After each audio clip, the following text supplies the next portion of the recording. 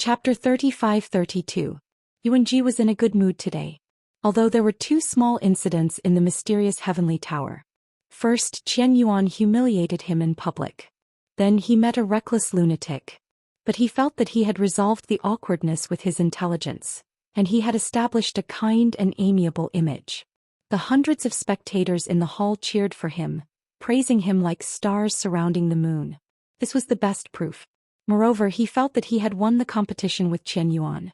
A long time ago his father, Domain Lord Fengling, had taught him a principle. He could be a hedonistic young master. After all, this was determined by his family background. But he had to be a smart, far-sighted and scheming hedonistic young master. He could not be brainless and arrogant. In the past, Yuanji did not listen and found it annoying. But now he felt that he had done it. Yes, after breaking through to the God King realm, this young master is indeed different from before. This young master is that far-sighted and scheming hedonistic young master.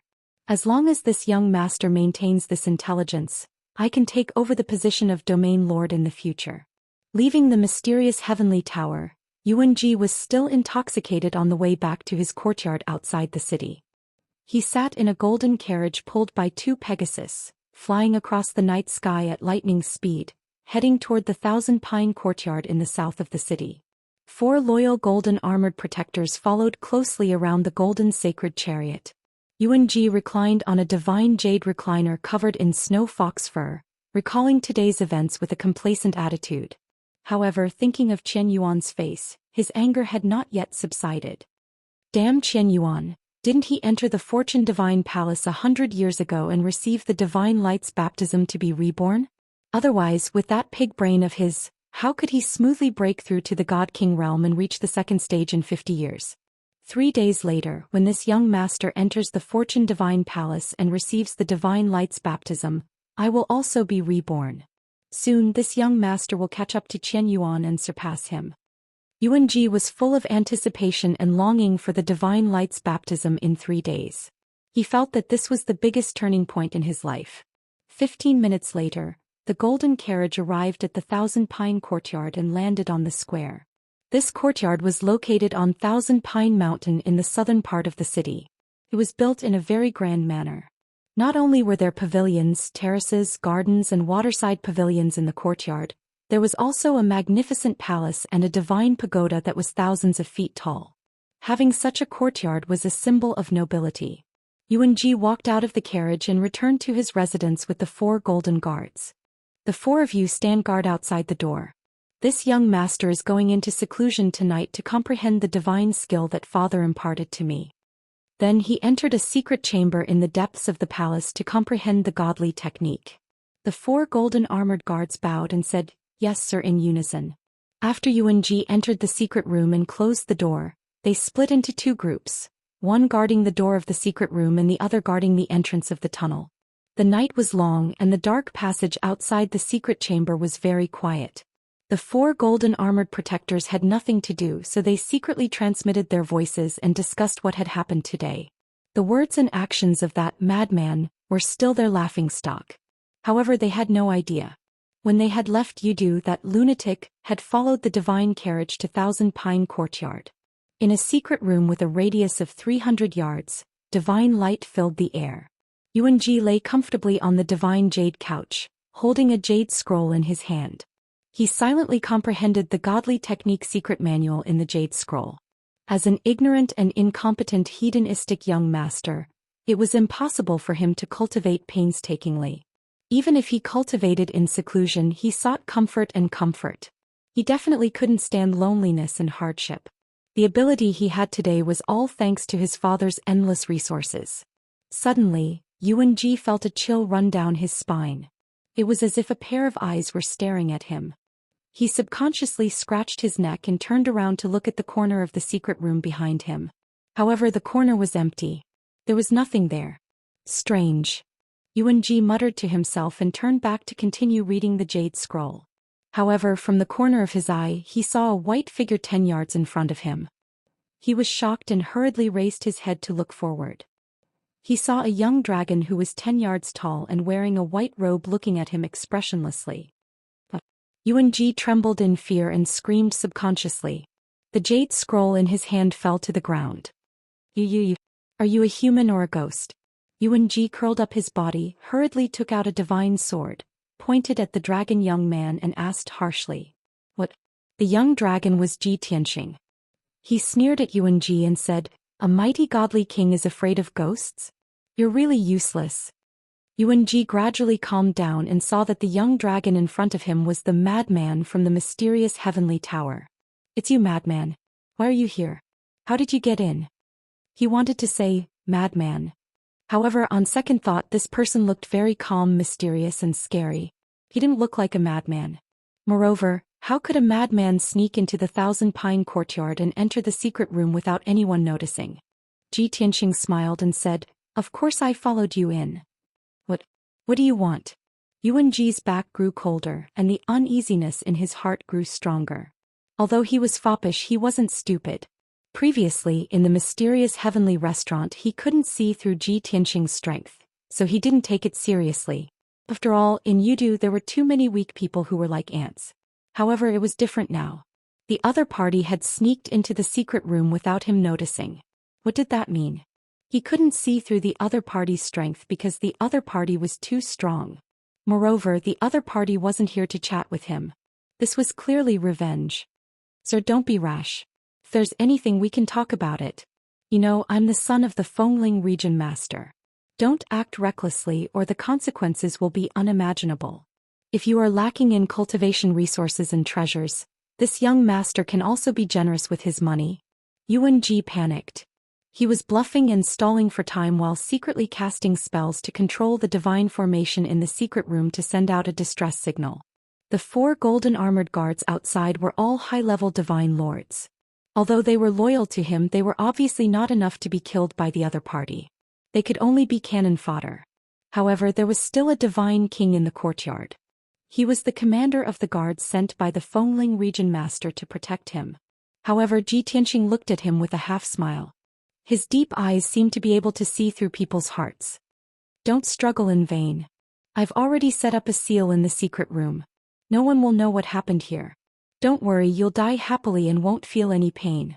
I'm just borrowing your identity. You should help me. Ji Tianxing's tone was mocking as he walked towards Yuan Ji. Don't come over.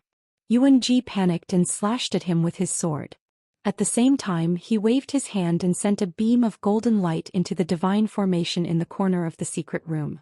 Chapter 35-33. Unfortunately, Yuan Ji's resistance was futile. When the golden light reached the corner of the secret chamber, it was blocked by an invisible seal. The secret chamber's divine formation was not activated, and the signal for help was not sent out. Just as Ji Tianxing had said, the secret chamber had been sealed by him. No one knew what was happening here. At the same time, Yuan Ji's divine sword was caught by Ji Tianxing's right hand with his index and middle fingers. Gotcha! Ji Tianxing's right hand exerted force, and the low-grade king-grade divine sword's tip was broken. Yuan Ji was dumbfounded. Before he could react, Ji Tianxing released an invisible divine soul force that struck him. Rumble! Yuan Ji's sea of consciousness exploded with a thunderous boom. Then he closed his eyes and sank into the endless darkness, falling into an eternal slumber. Ji Tianxing did not cause him any external injuries.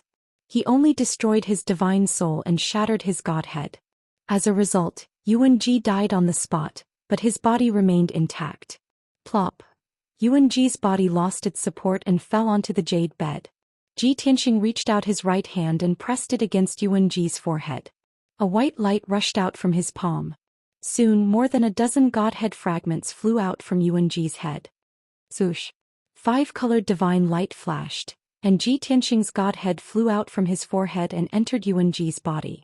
In the next moment, Yuan Ji came back to life and opened his eyes. From now on, Ji Tianxing was Yuan Ji. He stretched his limbs and twisted his neck. Soon he got used to this frail divine body. Then he stored his dragon clan's body in the 9 heavens 10 absolutes pagoda. Just like that, Ji Tianxing possessed Yuan Ji's body without anyone noticing. 3 days later, he could enter the Fortune Divine Palace unimpeded without paying any price. However, there's a small flaw. My godhead and divine soul's aura are different from Yuan Ji's. A godly king expert who is familiar with Yuanji might be able to see through it. Thinking of this, Ji Tianxing decided to refine Yuanji's quintessence fragment. First, he wanted to obtain Yuanji's memories so that he wouldn't reveal any flaws. The second reason was to fuse with Yuanji's divine soul, which could be disguised as his aura. After making up his mind, Ji Tianxing took out the 9 Heavens 10 Absolutes pagoda and placed it in the middle of the secret chamber. Taking Yuanji's quintessence fragment with him, he entered the distorted space-time to refine it. At this moment, the 4 golden armored protectors were still guarding outside the hidden chamber. They discussed the events of the day in low voices, occasionally letting out light laughter. The atmosphere was extremely cheerful. They had no idea that their master had already changed. Moreover, their time of death was fast approaching. 2 days passed quickly. The Thousand Pine courtyard was very calm without any disturbances. Although Yuanji stayed in the secret chamber and didn't show up, no one dared to disturb him. Everyone knew that Huang Xiaolong would soon enter the Fortune Divine Palace to receive the Divine Light's baptism. This was the greatest opportunity in his life and he couldn't allow any mistakes. It was late at night again. A white light flashed in the secret chamber, and Ji Tianxing left the distorted space-time and returned to the secret chamber. At this time he had already refined Yuanji's quintessence fragment. Not only did he obtain Yuanji's divine soul memories, but he could also disguise his divine soul aura. Even God King Realm Masters who were familiar with Yuanji would find it hard to see through his disguise. Perhaps only Yuanji's father, the Soaring Wind Region's domain lord, could see through his disguise. Everything is ready, I only need to wait for tomorrow to enter the Fortune Divine Palace. Ji Tianxing muttered to himself, then suddenly remembered something. Oh right, there's still a promise that hasn't been fulfilled.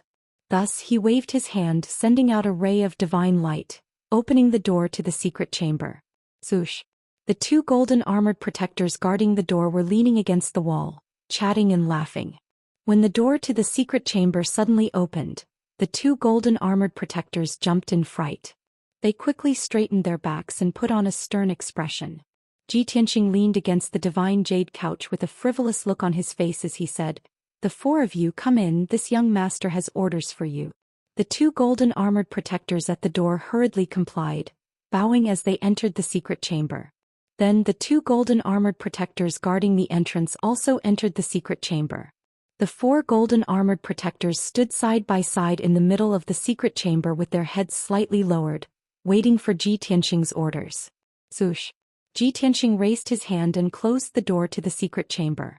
Seeing this scene, the 4 golden armored protectors' hearts were filled with excitement and excitement. Because all of them had the same thought, young master must have a secret mission for us. This means that young master has great trust in us. We can get a lot of rewards again. Just as they had expected, Ji Tianxing looked at them with a smile, saying, "The 4 of you have followed this young master for more than 800 years, and have always been at my beck and call, loyal and devoted. In order to flatter and please this young master, you have worked hard and done all kinds of evil deeds.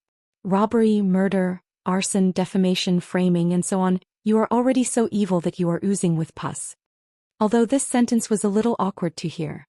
But the 4 golden armored protectors were still very happy and hurriedly bowed, saying that these were all things that should be done, and that it was an honor to serve this young master and so on. Ji Tianxing nodded and sneered mockingly, "From now on, you don't have to do evil anymore. This young master wants to reward you with a chance to be a human again. If there is a next life, remember not to be a bad person." The 4 golden armored protectors were even more confused, and they looked at Ji Tianxing with a dazed expression. "Ah, young master, what do you mean? This? Why don't I understand?" "Young master, we have little talent and knowledge, can you explain?" Ji Tianxing looked at them and said with a smile, "I said before, no one can put a sword to my neck because they are all dead." As his voice fell, he raised his hand and shot out 4 rays of white light, attacking the 4 golden armored protectors. Whoosh whoosh, whoosh whoosh. The 4 golden armored protectors had no time to dodge at all, and the white light instantly pierced their foreheads and hit their god heads. They only felt a boom in their heads and their consciousness fell into endless darkness and they lost consciousness. Thump thump thump. In the blink of an eye, the 4 golden armored protectors had their god heads shattered, and they turned into corpses and fell to the ground. Until the moment of death, they still didn't realize what was going on. Didn't young Master Yuan value the four of them the most and bring them with him wherever he went?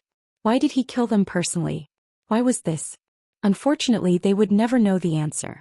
Ji Tianxing was not interested in the godheads of the four golden armored protectors, and he was too lazy to bother to deal with their corpses. He casually shot out a ray of 9 heavens divine fire and enveloped the 4 corpses. Soon, the corpses, armor and belongings of the 4 golden armored protectors were burned to ashes. Wonderful Book House. Chapter 35-34. After dealing with the 4 guards, Ji Tianxing pondered in the secret chamber. He remembered that there was one more important thing he had yet to do before entering the Fortune Divine Palace. Hence, he changed back to his original appearance and entered the distorted space-time of the Divine Pagoda to find Yun Yao, who was still cultivating in seclusion. The blood-flame sacred tree was still growing, and its height was close to 200,000 feet. The sacred tree released surging god force, and it was even more vigorous than before. Everyone benefited greatly from cultivating under the sacred tree, and their progress was rapid. Only Yun Yao was still stuck at the peak of the God Monarch realm, unable to break through to the God King realm.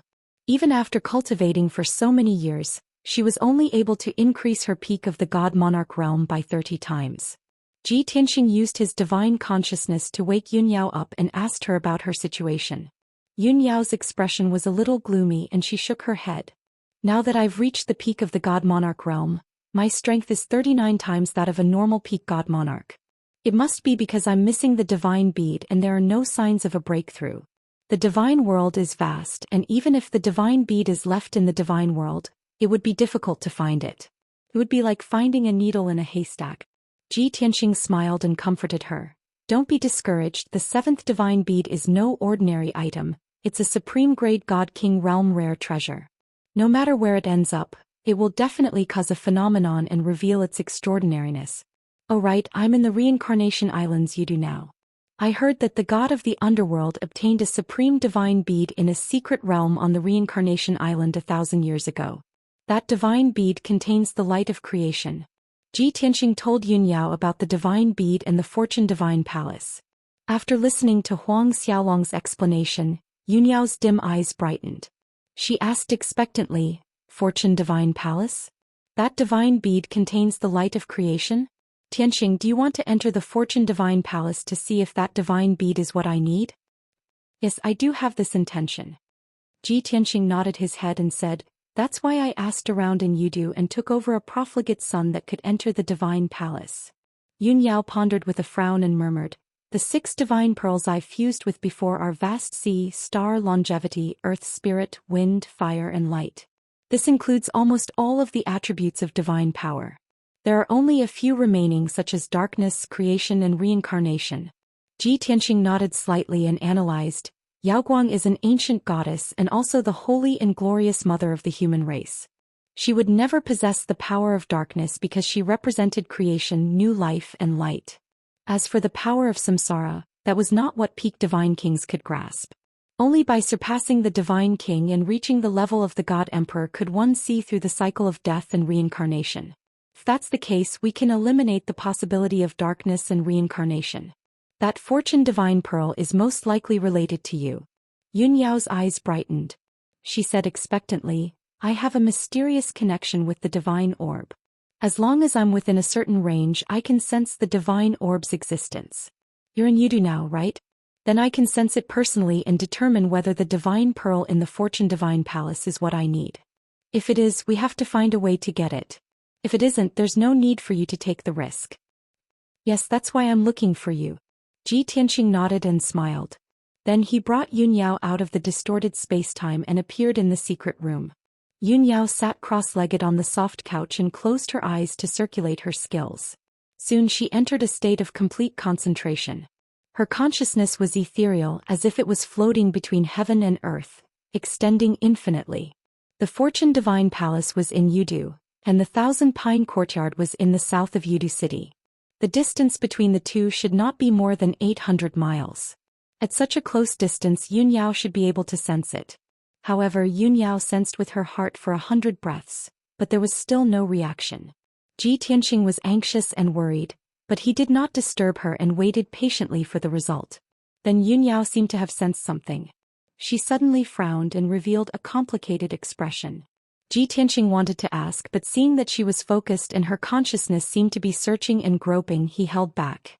It was not until 7 minutes later that Yunyao's forehead was covered in sweat that she stopped circulating her skills and retracted her wandering consciousness. Phew! She heaved a sigh of relief and frowned as she pondered. Ji Tianqing asked, "How was it? Did you sense the aura of the divine pearl?" Yunyao nodded but then shook her head and said bitterly, "I searched a radius of 10,000 miles, but I didn't sense the aura of the divine pearl. When my consciousness spread 30,000 miles, it reached its limit. The strange thing is that I vaguely sensed the aura of the divine pearl again. It's just that I can't determine its direction and I can't get closer." An ordinary peak divine lord's consciousness could cover a radius of 10,000 miles. Yunyao was special. Her consciousness could cover a radius of 30,000 miles. Even so, she could only vaguely sense the aura of the divine pearl. The divine pearl is clearly in the Fortune Divine Palace, and the Fortune Divine Palace is in Yudu City. But your consciousness can only sense that the divine pearl is 30,000 miles away? This shouldn't be. Ji Tianqing frowned and was puzzled. Yunyao thought for a while and asked, "Tianqing, are you sure that the Fortune Divine Palace is in the city? Have you seen it with your own eyes? Is it possible that the Fortune Divine Palace is actually outside the city in a hidden place?" Ji Tianqing shook his head and said, "The news I heard from various sources proves that the Fortune Divine Palace is indeed in the city. Tomorrow I will enter the Fortune Divine Palace as Yuanji to receive the Divine Light Baptism. But the entrance to the Fortune Divine Palace is in the God Emperor's Palace." "That's strange, how can this be?" Yunyao was also puzzled. Ji Tianqing frowned and analyzed. Could it be that the Divine Pearl is not in the Fortune Divine Palace? Or is there something else in the Fortune Divine Palace? Seeing that Huang Xiaolong was so persistent and eager to solve the mystery, Yunyao quickly comforted him. "Forget it, Tianqing, don't worry about the Divine Pearl's location. Anyway, I can sense that the Divine Pearl is indeed what I need. You just need to wait until tomorrow to enter the Fortune Divine Palace to receive the baptism, then wait for an opportunity to snatch the Divine Pearl." She paused for a moment and then reminded Huang Xiaolong solemnly, "There will be many people entering the Fortune Divine Palace tomorrow, and most of them are experts. The Fortune Divine Palace is in the God Emperor of the Underworld's lair, and there will definitely be a large number of God King realm experts guarding it. I don't feel at ease with you acting alone. You must be careful. Why don't you bring along Yang and Chao Qingyu and ask them to assist you?" Ji Tianqing waved his hand and said in a low voice, "It will be inconvenient if I bring them along, and I will be more agile on my own. Moreover, I don't want to wait until tomorrow to enter the Fortune Divine Palace with others. I will take action tonight, and I must find out the exact location of the Fortune Divine Pearl in advance. This matter concerns your fate, so I must be cautious and do my best." Chapter 35-35. Yunyao had been trying to dissuade Ji Tianqing. It was too risky. However, Ji Tianqing insisted on taking action tonight. He had to figure out the location of the God Bead. After all, he was here for the Creation Divine Bead. He didn't care if he could enter the Divine Palace or receive the baptism of the Divine Light. Yunyao couldn't dissuade him and could only give up. He thought about it again. There would be too many people entering the Divine Palace tomorrow. It would be hard to find a chance. Taking action early and entering the Creation Divine Palace alone might have a higher chance of success. However, the problem was how to enter the Creation Divine Palace. "Tianqing, do you have a way to sneak into the Divine Palace? If you can't enter early, you can only wait until tomorrow." Ji Tianqing thought for a moment and nodded. Although the god of the underworld set a rule that we can only enter the Creation Divine Palace for a set period of time, and only 7 days. However, Yuanji, who I took over, is the only son of Soaring Wind Region's Domain Master. Soaring Wind Region's Domain Master is ranked in the top 3 among the 18 Domain Masters in terms of strength and status. He is highly regarded by the god of the underworld. I should be able to enter early with a little maneuver." Yunyao nodded but still asked worriedly, "Will this work? Is it safe?" Ji Tianqing smiled and said, "It's not unsafe. Yuanji is a hedonistic young master. No one will be surprised if he does anything out of line. Okay, then be careful." Yunyao was slightly relieved. She reminded him, However, your safety is the most important thing. If you can't do it, you'd rather give up than take the risk. Even if the god of the underworld isn't on Reincarnation Island, Commander Mingi and Marshal Blood Prison are still in Yudu. I understand. Ji Tianxing nodded. After that, Yun Yao stayed in the distorted space and continued to cultivate. Ji Tianxing returned to the secret chamber and changed back into Yuan Ji's body. He began to take action. He opened the door of the secret chamber and walked out. It was late at night and the courtyard was lit with sparse lanterns. It was exceptionally quiet. There were 2 teams of guards patrolling through the night, but those were all weaklings in the Divine Lord realm. Ji Tianxing quietly left the Thousand Pine courtyard without alerting anyone. Shua. He flew across the night sky at lightning speed and entered Yudu through the night.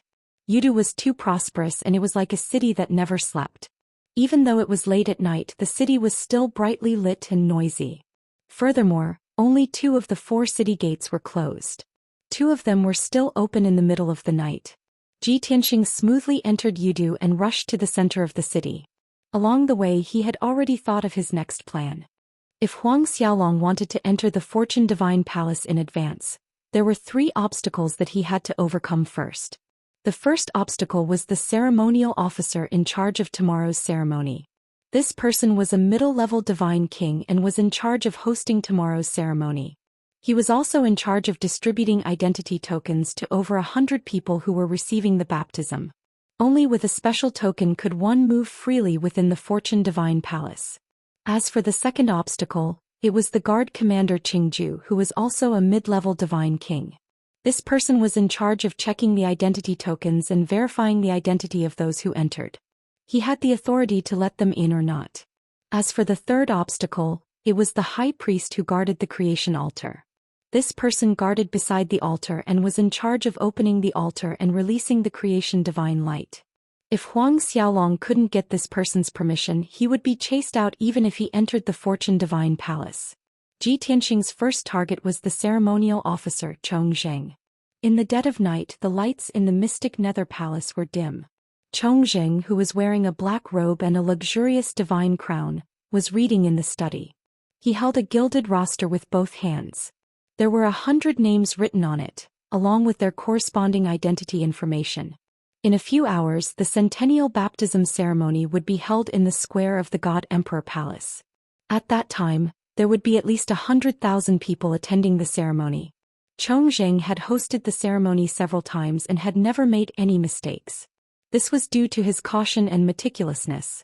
In the past few days, he hadn't closed his eyes for a single moment. He had repeatedly checked and supervised every step of the ceremony, not allowing the slightest mistake. After looking through the roster again and confirming that there were no mistakes, Chong Zheng put down the roster and closed his eyes to rest. The elites and geniuses entering the Fortune Divine Palace for the baptism this time, other than those who have made outstanding contributions, most of them are descendants of nobles. Countless influential figures had poured out all their wealth to send their bloodline into the Fortune Divine Palace. Of course, it's also thanks to these nobles. Otherwise, how could I have hundreds of billions of wealth with such a leisurely position? Chong Zheng muttered to himself, and the corners of his mouth curved into a playful smile. Although he was cautious and meticulous, he was also greedy for money. The Ministry of Rights was a leisurely position without any real power. It couldn't be compared to those powerful generals, commanders, and domain lords. If he didn't take advantage of the baptism ceremony to receive tens of billions of cultivation resources every 100 years, he would be a pauper. He might even become the poorest mid-level god king. Right at this time, the guard commander outside the study reported respectfully, reporting to the ceremonial officer, "Young Master Yuan requests an audience." Young Master Yuan? Chong Zheng immediately opened his eyes and frowned. The only son of the domain lord of Soaring Wind, that notorious spoiled brat? The guard commander remained silent and didn't dare to answer. The ceremonial officer dared to judge Yuan Ji like this, but he didn't have the guts. Because Yuan Ji was standing in the courtyard outside the study. Chong Zheng thought for a moment and asked again, "Isn't he already in the roster? He's entering the Fortune Divine Palace tomorrow. Why are you looking for me at this time?" This time, before the guard commander could answer, Yuan Ji's voice came from outside the door.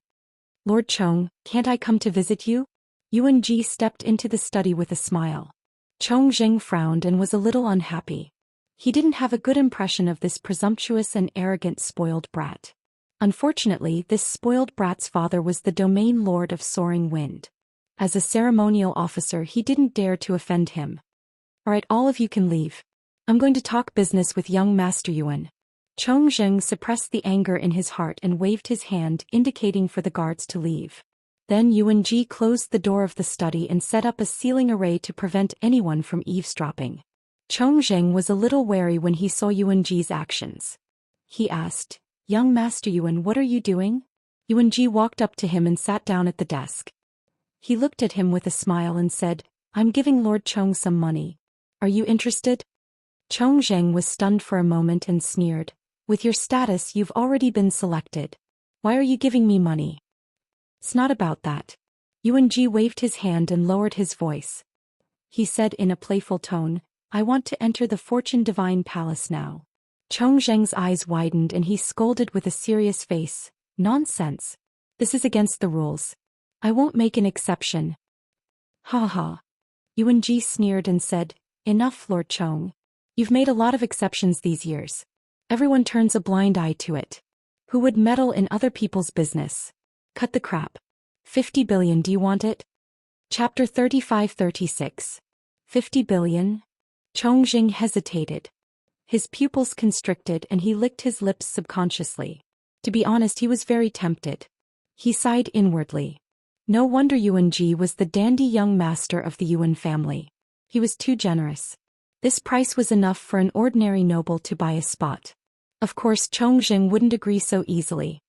He pretended to hesitate and said, "Yuan Ji, you know I can't make this decision. After I pass, there are still 2 lords inside. If they don't agree, I don't dare to take over. If Commander Mingyi and the Blood Prison Marshal find out, I'll be severely punished." Yuan Ji sneered again and said in a mocking tone, "Okay, stop acting. You just want to raise the price, right? 50 billion.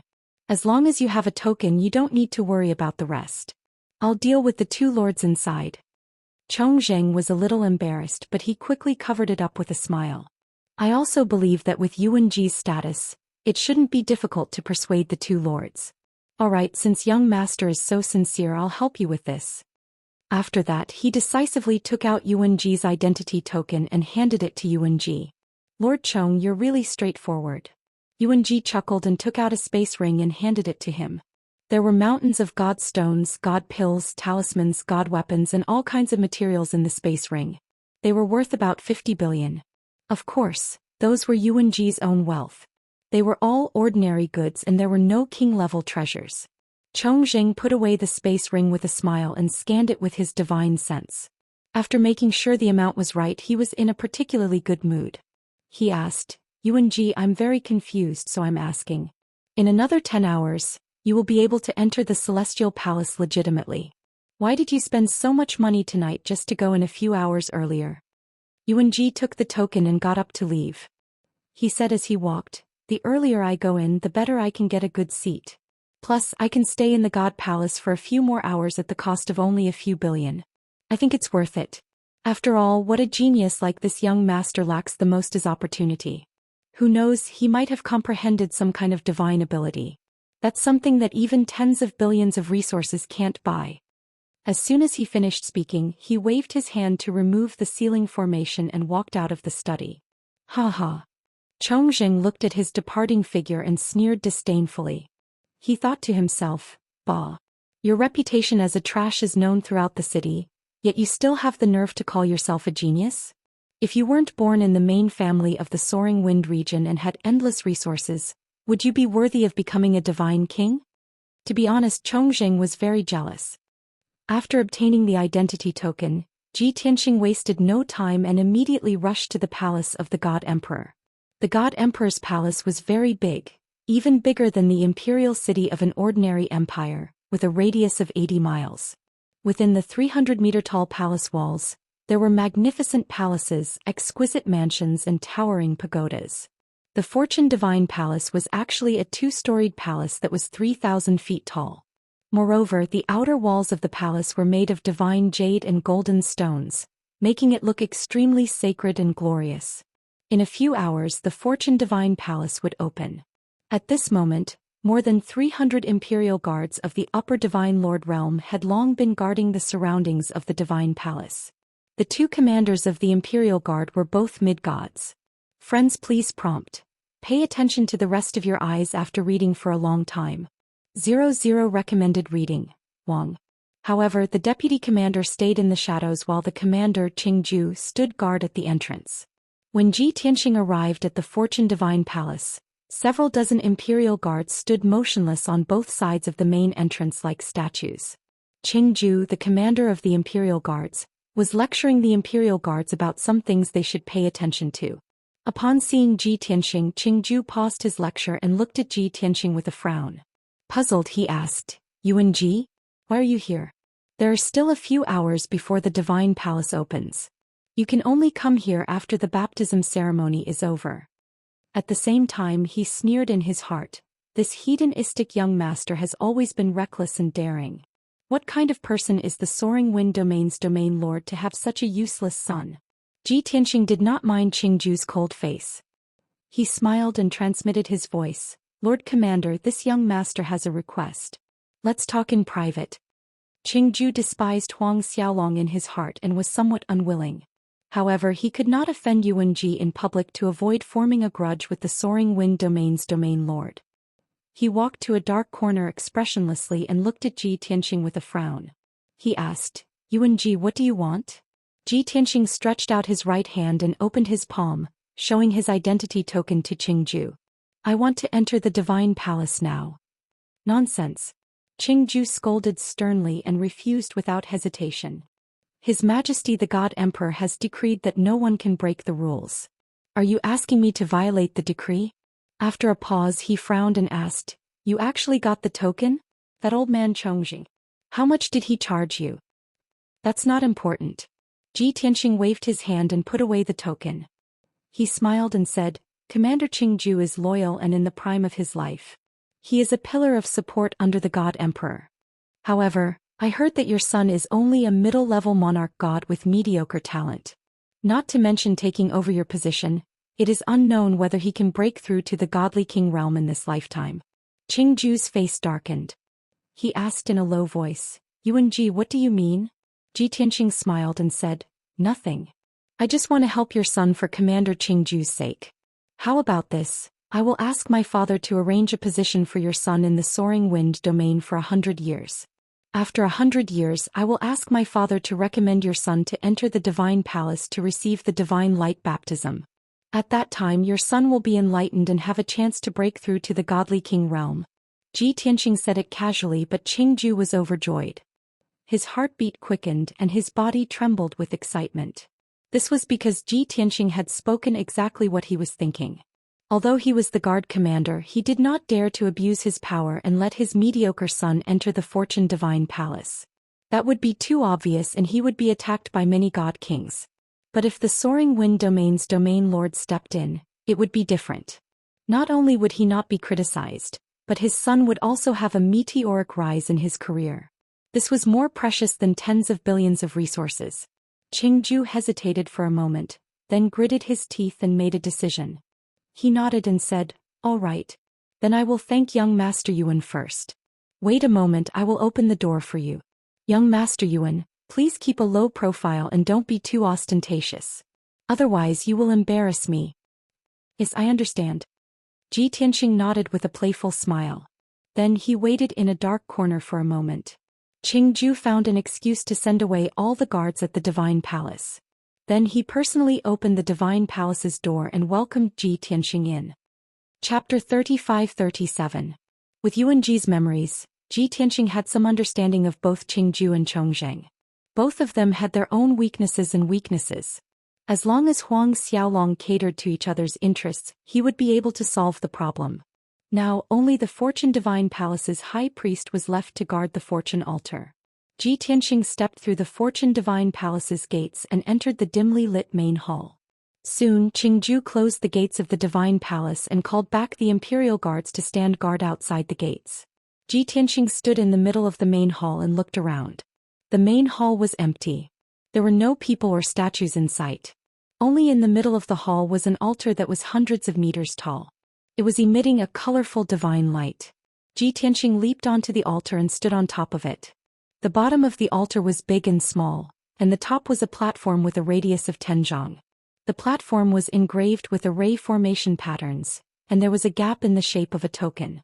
Without a doubt, this palace was not the real Fortune Divine Palace. Only by passing through this altar could one enter the real Fortune Divine Palace. Ji Tianxing took out his identity token and dived into the gap in the ground. In an instant, more than 1,000 array formation patterns were activated, emitting dazzling divine lights. Surging God force circulated, and soon, a blinding white light gate appeared in front of Ji Tianxing. This was a transmission gate. Ji Tianxing strode into it. A white light flashed and he disappeared with a swish sound. In the next moment he entered a quiet and warm space. The night sky was dark in all directions, and only 1,000 zhang radius in front of him was illuminated by colorful lights. The ground under his feet was paved with marble and the surroundings were empty. Ji Tianxing released his divine sense and scanned the surroundings. He discovered that he was in the main hall of a palace, and it was at least 1,000 zhang in radius. The patterns on the ground and the patterns on the walls exuded an ancient aura. In the middle of the main hall, there was an altar with a radius of 100 zhang. It was a colorful altar made of various kinds of divine stones, precious gems and divine gold. The altar was like a pyramid. The lower end was circular and had a radius of 1,000 feet. The top was only a little more than 10 feet. At this moment the altar was not open, but the gems and divine gold on the altar were also shining with 5-colored divine light. Ji Tianxing could vaguely sense that the altar contained an extremely vast and surging energy, and it faintly gave off a vigorous aura of revival and prosperity. Sitting cross-legged at the top of the altar was a white-robed, white-haired old man from the God clan. Upon seeing this, Ji Tianxing thought to himself, this should be the real Fortune Divine Palace. That fortune altar really does contain Fortune God Force. He then released his divine sense, penetrating through the gloomy palace to check the situation outside. Unexpectedly, the palace was protected by a divine king's divine formation, which isolated all divine power. With Ji Tianxing's current strength, his spiritual consciousness could not penetrate the palace, nor could he see the situation outside. This made it difficult for him to determine where the Fortune Divine Palace was located. Meanwhile, the white-haired old man sitting cross-legged at the top of the altar suddenly sensed a stranger's aura approaching, and he opened his eyes. His face was thin, but his eyes were deep and dignified. His entire body exuded a powerful aura unique to a high-level god king. His gaze swept across the surrounding darkness like lightning, and immediately locked onto Ji Tianxing, and he frowned. Hey! Which rascal dares to trespass into the Fortune Divine Palace? The white-haired old man was as steady as Mount Tai, sitting on the altar without moving an inch. His sharp gaze was fixed on Ji Tianxing. In an instant, Ji Tianxing felt a majestic pressure bearing down on him, and the god force and blood in his body became chaotic. However, he did not use his god force to resist. Instead, he put on a pained and fearful expression as he cupped his fists and said, "High priest, please have mercy, you misunderstood." The white-haired old man was the high priest, and he withdrew his invisible pressure upon hearing Huang Xiaolong's words. He scrutinized Ji Tianxing and asked solemnly, "Who are you? Why did you trespass into the Fortune Divine Palace? Don't you know that this is a capital offense?" Ji Tianxing crossed the dark hall and flew to the bottom of the altar. He said to the high priest, "High priest, I am Yuan Ji, and I am one of the candidates to enter the Fortune Divine Palace." Yuan Ji? The high priest frowned and asked subconsciously, "That good-for-nothing son of the soaring wind domain lord." Cough cough. Ji Tianxing pretended to cough to cover up his embarrassment. The high priest knew that he had misspoken, so he changed the topic and asked, "Yuan Ji, there are still a few hours before the baptism ceremony begins. Why did you come in early?" Ji Tianxing smiled and said, "Of course I have Chong Zheng and Qingju's permission, otherwise who would be able to barge in?" The high priest frowned and his face darkened as he said, "So you bribed them with money?" Ji Tianxing waved his hand and said with a smile, "High priest, don't make it sound so bad. That's not a bribe, it's called helping each other. As the saying goes, if it's convenient for others, it's convenient for yourself." Without waiting for him to finish, the high priest snorted disdainfully and said, "Humph. Don't try that with me, a bribe is a bribe. A good-for-nothing like you has always been lawless and reckless. I can pretend that I don't know that Chongzheng and Qingju are in cahoots with you. However, if you want to bribe this old man, then you should give up on that idea." Obviously, the high priest was different from Chongzheng and Qingju. He was already a high-level god king with high status and power, and he was very old-fashioned and strict. It was impossible to bribe him with money and power. Ji Tianxing was well aware of this and he was well prepared. He said with a smile, "High priest, I have heard that you have a pure heart and few desires, and you are a fair and honest person. Don't worry, I will never bribe you and tarnish your reputation." Everyone liked to hear compliments and praises. Even if they knew that it was flattery, they would still enjoy it. The high priest's expression eased a lot and he stroked his beard and said, "It's good that you know. No matter how much money you take out, I will not break the rules and I will not open the altar for you in advance. Leave obediently and wait for the baptism ceremony to start before you come in again." AI. Ji Tianxing pretended to be worried and sighed and said with a bitter expression, "High priest, you have misunderstood. I did everything I could to enter the Fortune Divine Palace, not for the baptism but... Now that things have come to this, I'm not afraid to tell you the truth. In fact, I had no choice but to do this to save Yingying." The high priest was stunned and he frowned and asked in a low voice, "What Yingying? Yuanji, what do you mean?"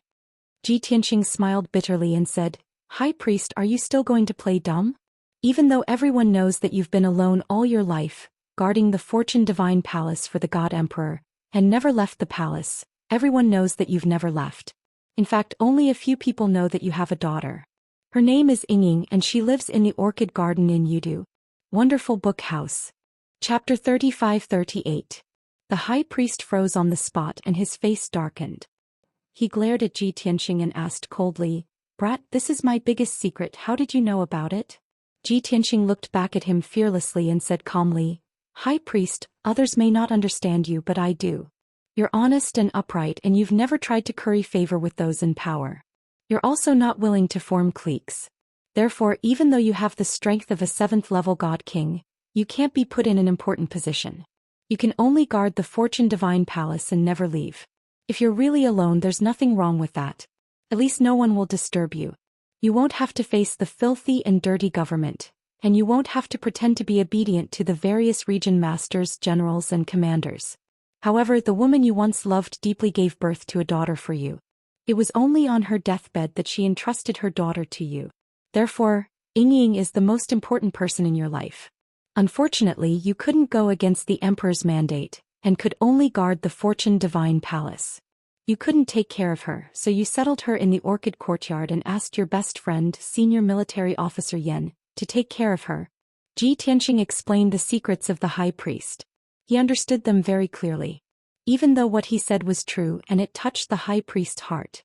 However, the high priest became more vigilant and his body was filled with rage. He interrupted Huang Xiaolong and shouted, "Shut up. I'm asking you, how did you know about this secret? Also, what are you trying to do? If you dare to harm Yingying, I'll kill you even if I have to become enemies with the Fengling region master." Seeing how agitated the high priest was, Ji Tianxing quickly waved his hand and persuaded, "High priest, don't be agitated. I haven't finished speaking. There's something you might not know. Your best friend, Senior Military Officer Yan, became a general under my father in order to get promoted. As for me and Yingying, didn't she stay in the Yudu Institute for more than 10 years? Coincidentally, I was also in the God Monarch realm during that period of time, and I was also cultivating in the Yudu Institute. Yingying and I are friends, very close friends, you know." "What?" The high priest looked as if he had been struck by lightning. His expression changed drastically, and his eyes almost popped out of their sockets. "You little bastard, how dare you seduce this old man's daughter?" Ji Tianxing's face immediately darkened and he said angrily, "Old man, do you know how to speak human language? What do you mean I seduced her? First we had a pure friendship. Later Yingying was alone and had no one to rely on. I saw that she was weak and pitiful, so I took care of her. In the end, we developed feelings for each other over time. She was infatuated with me and was loyal to me. She even swore to the heavens that she would marry no one else but me." Bullshit. The high priest flew into a rage and could no longer maintain his composure. He stood up and pointed at Ji Tianxing as he scolded, "You ignorant and incompetent hedonist, how are you worthy of this old man's daughter? This old man understands Yingying's temperament. How could she fall for a silk pants like you?" Ji Tianxing spread his hands and sneered, "High priest, if Yingying knew that you were slandering me like this, she would definitely be very sad. Moreover, other than being her biological father, you have never fulfilled your duty as a father. Do you really understand Yingying and care for her? Have you ever accompanied her even if it was just for a day? Do you really have the qualifications to discipline her and meddle in her life?" Hearing this, the high priest suddenly froze. His anger was stuck in his chest and he could no longer vent it. Because what Ji Tianxing said was right, he was indeed not a qualified father. At the same time, this was the thing that he blamed himself for the most. It was also a regret that he could not make up for. After a moment of silence, the high priest suppressed his anger and coldly snorted, "This old man is her father. Who she wants to marry, this old man naturally has to interfere. Alright, let's not talk about this anymore." Ji Tianxing waved his hand and said, "I spent so much effort to find you, not to quarrel with you. I just want to tell you that Yingying has been poisoned." Poisoned?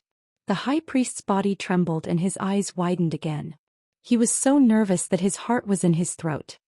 Hasn't she always been in Exin-Lan court? How could she be poisoned? Was someone trying to murder her? Could it be this old man's enemy? Ji Tianxing waved his hand and said, "Don't make wild guesses. There are only 2 or 3 people who know that Yingying is your daughter. She wasn't poisoned but injured by the experts of the sea race. A month ago she went to the West Sea's Yin ruins to explore the ruins in search of an opportunity to break through to the God King realm.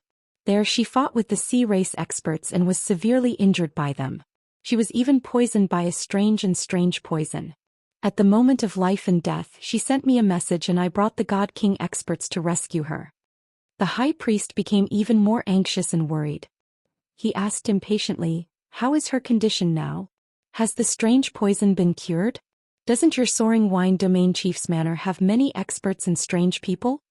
Ji Tianxing rolled his eyes and said snappily, "If the strange poison has been cured, why would I come to you? My father is cultivating in seclusion and the deputy domain chief is out on official business. There are only 2 god kings left in the manor and they are not good at medicine. I have thought of many ways and found many people through my connections, but they could not cure the strange poison. Now the strange poison has merged with Yingying's bloodline. Her blood has turned blue and contains a strong poison. Her body is festering and the poison is corroding her flesh and bones. She is suffering from pain and torment at all times." Hearing this, the high priest's heart was bleeding and he was burning with worry. How can this be? Yingying has always been kind and dutiful. How can the heavens let her suffer such pain and torment? Ji Tianxing frowned unhappily and asked, "Yingying's illness is incurable and the poison will soon invade her sea of consciousness. Once her godhead is corroded by the poison, I don't need to tell you what will happen to her, do I? As her father, don't you want to do something for her other than complaining and blaming the heavens?" This old man. The high priest was stumped for words and a bitter expression appeared on his face as he said, "This old man has a mission to guard the Fortune Divine Palace and I dare not leave." Pedantic. Ji Tianxing scolded angrily, "Your daughter is about to commit suicide because of the poison, and you're still thinking about some bullshit mission? Are you still human? Are you worthy of being her father? Can't you go against your orders for once and go back to Exin-Lan courtyard to see her for her sake? Anyway, His Highness God Emperor has not been in Yudu for hundreds of years. Even if you leave for a few hours, no one will know. Taking 10,000 steps back, even if someone knew that you had temporarily left, who would really hold you accountable? Look at Chongzheng and Qingju. They both went against His Highness God Emperor's orders and accepted bribes for hundreds of years. But have they been punished? Who will point out their mistakes?" Chapter 35-39. Ji Tianxing's words made the high priest hesitate. He furrowed his brows and remained silent. He was struggling and weighing the pros and cons in his heart. It was true that the generals and experts under the God Emperor's command were all practicing favoritism, taking bribes and bending the law. The entire Yudu city had long become a dirty Vanity Fair, a pitch-black vat of dye. Only the high priest was stubborn and pedantic, pretending to be noble and virtuous. He would rather stay in the dark Fortune Divine Palace to protect his reputation and character. But now the heavens didn't open their eyes and let his daughter suffer such painful torture. He was already a failure and an unqualified father. Was he going to continue to make his daughter bitterly disappointed and be a cold-blooded, pedantic old man? The high priest clenched his fists and struggled in his heart. Ji Tianqing added coldly, "There are still 8 hours before the Fortune Divine Palace opens. You can decide whether you want to go or not. Also, there's something I have to tell you." Divine physician Shueshen Wang once examined her and said that to completely remove the strange poison in her body, her blood must be drained. However, only her closest kin can replenish half of her divine blood and preserve her life so that she can slowly recuperate. He glanced at the high priest and sneered, "Although this is the only way to treat Yingying, I don't think it's very useful. After all, her closest kin is a stubborn, pedantic old man. This old man is selfish. How can he be willing to give up half of his divine blood?" ***. The high priest was enraged. His face was ashen as he shouted, "For Yingying, this old man can even give up his life." Ji Tianqing rolled his eyes and said, "You sound so righteous. Then why are you still standing here?" The high priest finally reacted. Ji Tianqing was deliberately provoking him. This news was too sudden, causing his emotions to fluctuate violently. He couldn't keep his mind clear. If it was during normal times, he wouldn't have reacted so slowly. Sure enough, after calming down, a trace of doubt rose in the high priest's heart. "Kid, are all the things you said true? How can you prove it? Also, if you want to inform this old man, you can send me a transmission jade slip. Why did you come here personally?" Ji Tianqing was so angry that he laughed. He pointed at the high priest and scolded, "Old man, are you muddle-headed? Have I seen you before? I don't recognize your divine soul aura, and I have never exchanged transmission jade slips with you. How can I send you a message? Moreover, if I didn't come here personally and tell you the truth, would you believe me? It's up to you whether you want to believe it or not." The high priest frowned and pondered for a moment. Then he took out a transmission jade slip and said, "No, I can't leave the Fortune Divine Palace so easily. I must send a message to Yingying to ask about the situation." As he spoke, he started Yingying's scent. A cold glint flashed across Ji Tianqing's eyes as his heart tightened. However, he guessed that Yingying shouldn't be able to see the communication jade slip now, so he was slightly relieved. Soon, the high priest sent out the transmission jade slip and waited patiently for Yingying's reply. Ji Tianqing was calm as usual. He looked at the high priest from the corner of his eyes and sneered, "No wonder Yingying said you were cold-blooded and heartless. Today this young master has seen it for himself. She is terminally ill and in so much pain that she wants to die. You sent her a transmission to ask if she was really poisoned? Old man, Yingying has 8 lifetimes of bad luck to have a father like you." The high priest was angry and ashamed. His face was red as he glared at Ji Tianqing. After a long time he finally said something. "Little bastard, if Yingying marries you in the future, this old man will never agree to it." Ji Tianqing rolled his eyes at him and said in a disdainful tone, "Who wants to be your son-in-law? If it weren't for Yingying, this young master wouldn't care about an old man like you." The high priest was so angry that he almost vomited blood. He clenched his fists so hard that they cracked. He wanted to beat Yuan Ji up. However, he was more worried about Yingying's condition. He suppressed his anger and didn't bicker with Yuan Ji. Unknowingly, 15 minutes passed. The high priest didn't get a reply from Yingying and finally couldn't hold back his anxiety. Ji Tianqing added fuel to the fire and said, "High priest, don't pretend to be anxious. You're not anxious at all, right? Keep waiting. In another 8 hours, you will be able to activate the creation altar. You have to stay close to it for the next 7 days. Perhaps Yingying will reply to you after 7 days? Of course, I hope she's still awake and hasn't fainted." After being mocked by Ji Tianqing, the high priest couldn't hold back anymore and finally made up his mind. "Yuan brat, stay here obediently. This old man will go out now. This old man will definitely be back in 8 hours at most. You better behave yourself and don't cause any trouble." Ji Tianqing rolled his eyes again and said snappily, "Other than the creation altar, there's nothing here. Other than you, no one can open the altar. What kind of trouble can I cause?" The high priest thought that Huang Xiaolong's words made sense and ignored him. He waved his hand and sent out several rays of divine light to open the space gate. Whoosh! He hurriedly stepped through the space gate and disappeared into the darkness. In order to fool others, he used a secret technique to conceal himself.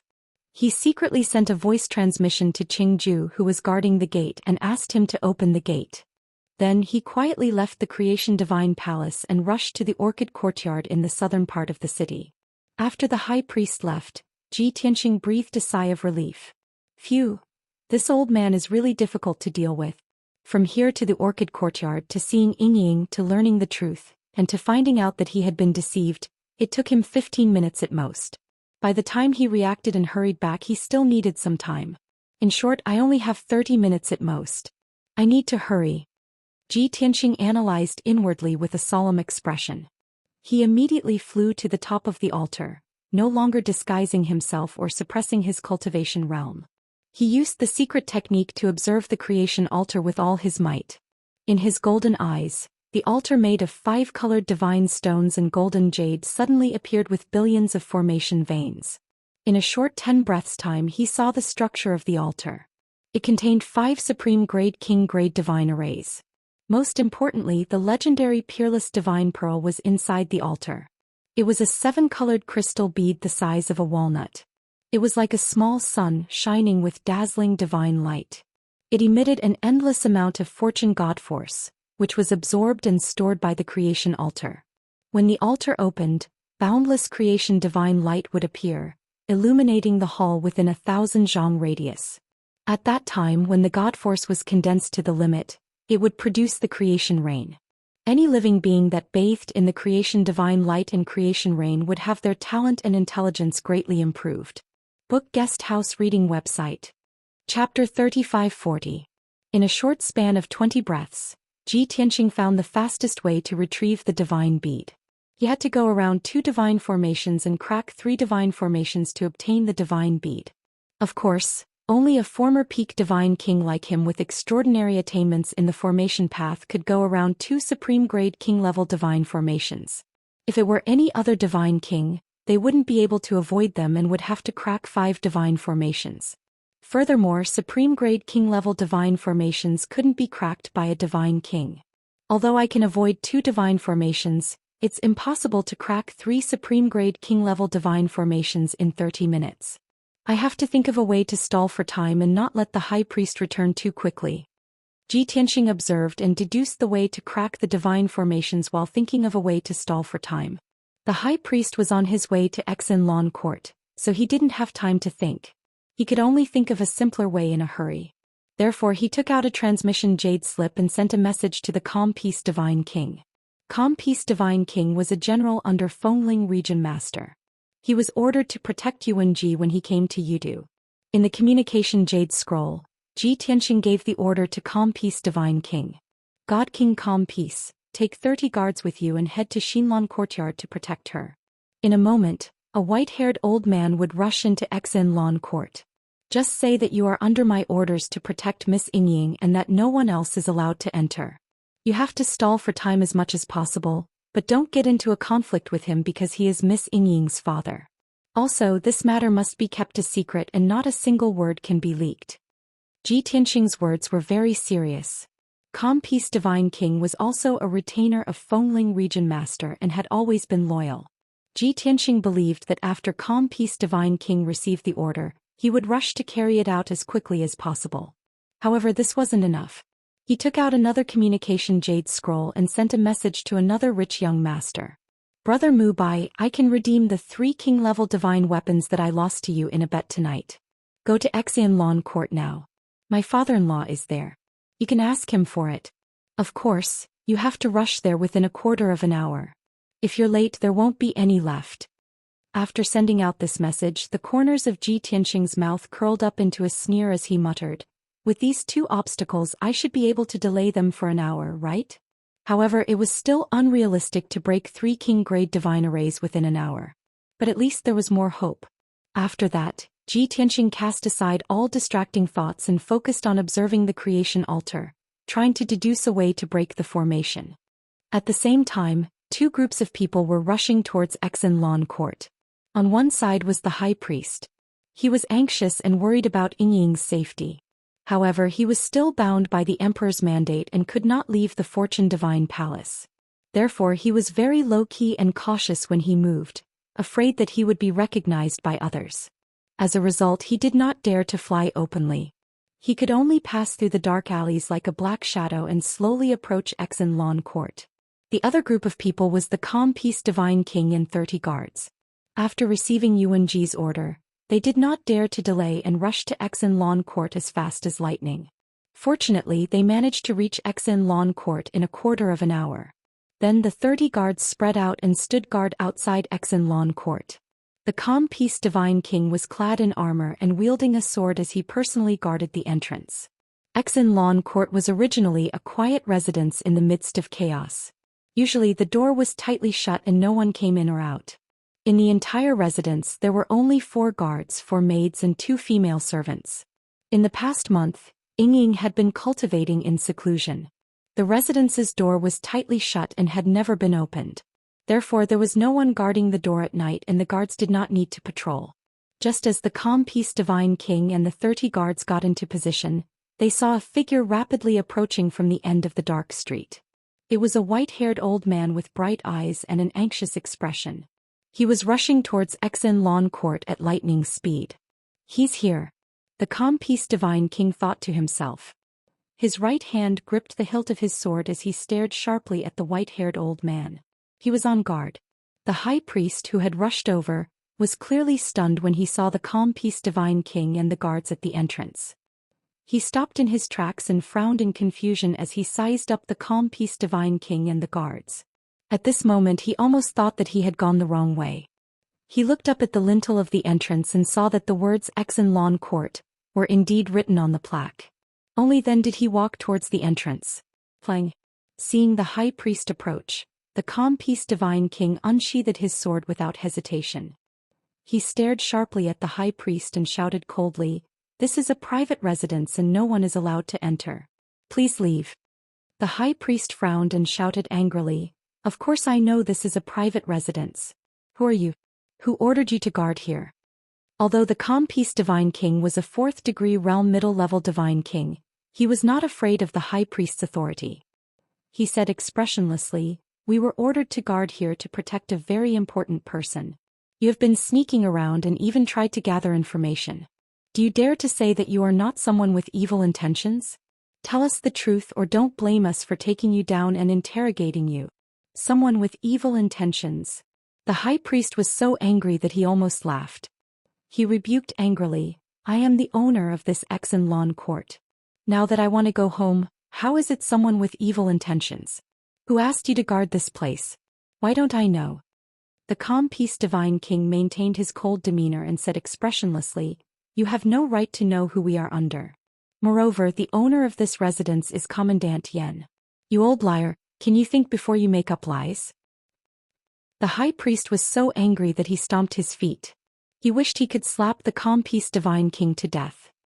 He was in a hurry to enter the courtyard to see Ying, but the guards at the entrance made things difficult for him. What the hell was going on? No, I have to stay calm and not waste any time. With that thought, the high priest suppressed his anger and explained patiently, "I am Commandant Yan's friend. I have an urgent matter to look for him. Get out of the way." Unexpectedly, the calm peace divine king's expression became even more contemptuous. He blocked in front of him and sneered, "You just said that you are the owner of Xianxia court and now you say that you are Commandant Yan's friend. Moreover, Commandant Yan is clearly in Soaring Wind region and not here. Old man, you are full of lies and full of loopholes. You must be up to no good." The high priest was completely speechless. At this moment he really wanted to throw caution to the wind and knock the calm peace divine king and the guards unconscious. However, logic told him that he could not do so. Because someone who could order a middle-level divine king to guard the door was definitely a top-notch expert. Moreover, the other party was under orders to protect Ying, so the high priest had no reason to attack. Chapter 35-41. Silence was restored at the entrance. The calm peace divine king and the high priest were at a stalemate. The high priest didn't want to reveal his identity, and he didn't want others to know that Ying was his daughter. The calm peace divine king was stubborn, as if he wasn't going to let him in if he didn't explain himself. Therefore, this misunderstanding was hard to resolve. The high priest was helpless, so he pestered the calm peace divine king for a while, and he even admitted defeat. But the calm peace divine king refused to believe him and refused to let him in. In the blink of an eye, half an hour had passed. The high priest was livid, and there were several times when he thought of beating up the calm peace divine king. In the end he was forced to his wits' end and he recalled what Xianxia said to him. "You're not worthy to be her father, you're heartless and selfish." Therefore the high priest gritted his teeth and finally revealed his true identity. "Sir, will you only let me in if I reveal my identity?" He frowned at the calm peace divine king and his tone was solemn. The calm peace divine king quickly shook his head and said seriously, "I'm not letting you in, I'm telling you who ordered us to guard this place." The high priest almost vomited blood. "For Ying, I'll endure." Taking a deep breath, the high priest forcefully suppressed his anger and said solemnly, "I'm the high priest guarding the Fortune Divine Palace, and I have an emperor's mandate so I can't leave the Fortune Divine Palace. But I have a daughter named Ying and she needs to be raised and taught. Therefore I asked my good friend Chief Commandant Yan to—" The high priest explained the ins and outs of the matter to the calm peace divine king. This was his biggest secret, and if he hadn't been forced to this extent he definitely wouldn't have confessed. Sure enough, the calm peace divine king revealed a shocked expression after hearing the story. He looked at the high priest in disbelief, and it took him a long time to squeeze out a sentence. "Is this true? This is unbelievable. Young Miss Ying is so young and beautiful, how could her father be an old man?" The high priest's expression changed and he clenched his fists, gnashing his teeth in anger. If he wasn't worried about Ying's safety he would have already lost his temper. "For Ying, this old man will endure." "Sir, now you should tell this old man who sent you to guard this place." The calm peace divine king hesitated for a moment before replying, "It's our family's eldest young master Yuan. He's worried about Miss Ying's safety so he ordered us to stand guard here and forbid random people from approaching. At this critical moment he will not allow Miss Ying to be harmed in any way." The calm peace divine king spoke in a righteous tone. The high priest was stunned for a moment and his expression eased up a lot. He nodded and said, "So it's him. Sure enough, I didn't misjudge him. He's a guy with a cold face but a warm heart. Although he said some unpleasant words he was actually most concerned about Ying. It must have been hard on him to put in so much effort for Ying." At this moment the high priestess was moved. However, he always remembered that business was more important and time was of the essence. Therefore he explained to calm peace divine king, "Tonight Yuan personally informed me. Only then did I know that Ying was terminally ill so I hurried back to visit her. Since the misunderstanding has been resolved, you should let us pass now, right?" The calm peace divine king frowned and thought for a moment, then shook his head and said, "Senior, although I can understand your anxious feelings, this is against the rules. We cannot act on our own.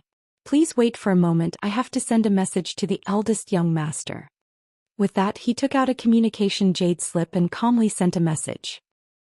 The high priest was about to explode from anxiety. However, the previous hour was already delayed so he was in no hurry.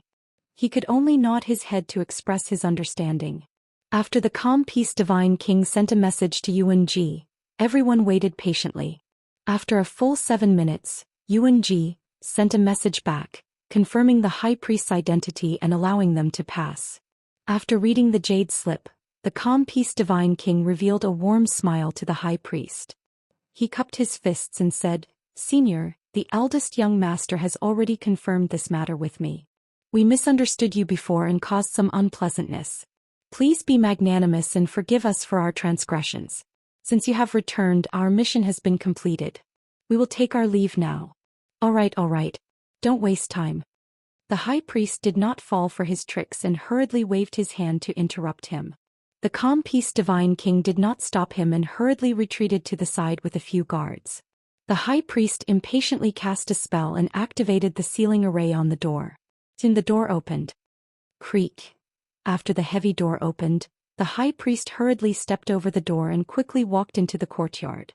The calm peace divine king gave a look to the guards, and everyone hurriedly retreated into the darkness and quietly left. But at this moment, a dazzling 5-colored divine light sped over from the end of the street. Swish. In the blink of an eye, the 5-colored divine light arrived at the entrance of Exon Lawn Court. The divine light dissipated, revealing a nobleman youth dressed in a brocade robe. This person was panting, and it was obvious that he had rushed over at his fastest speed. He looked around and his gaze gathered on the high priest. He hurriedly waved his hand and shouted, "Senior, please wait." The high priest stopped in his tracks and turned to look at the nobleman with a puzzled expression. "Who are you?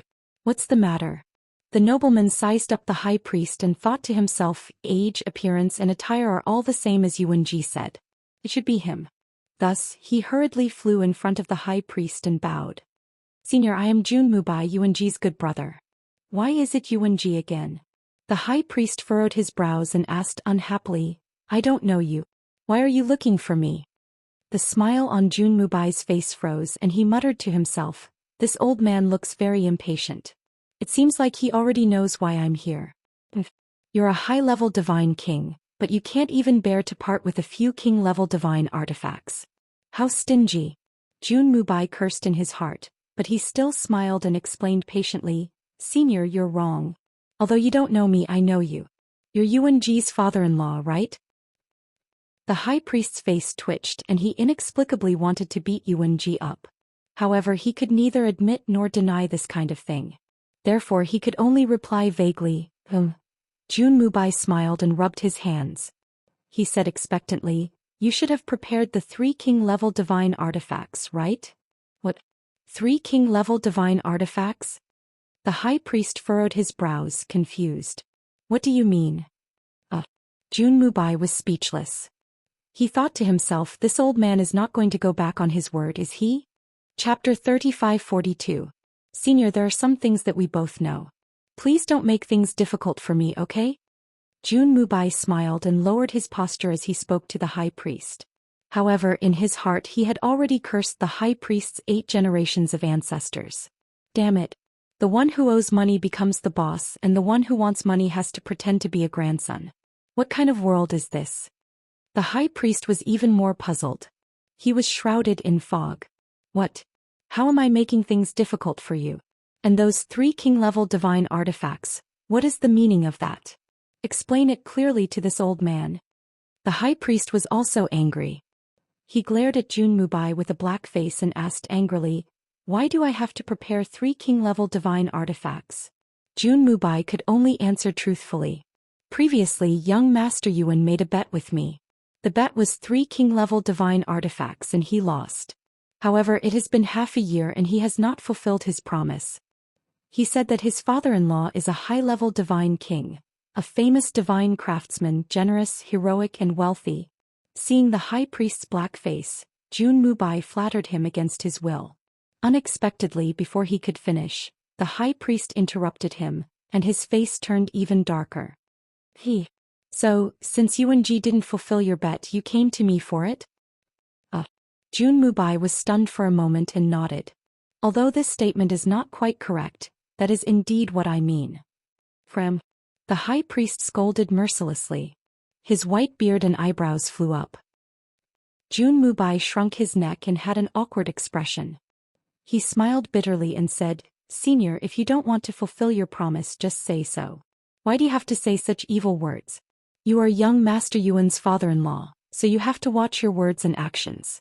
I am also the 2nd young master of the Jun family, a top noble family in Yudu. You have to think twice before you act."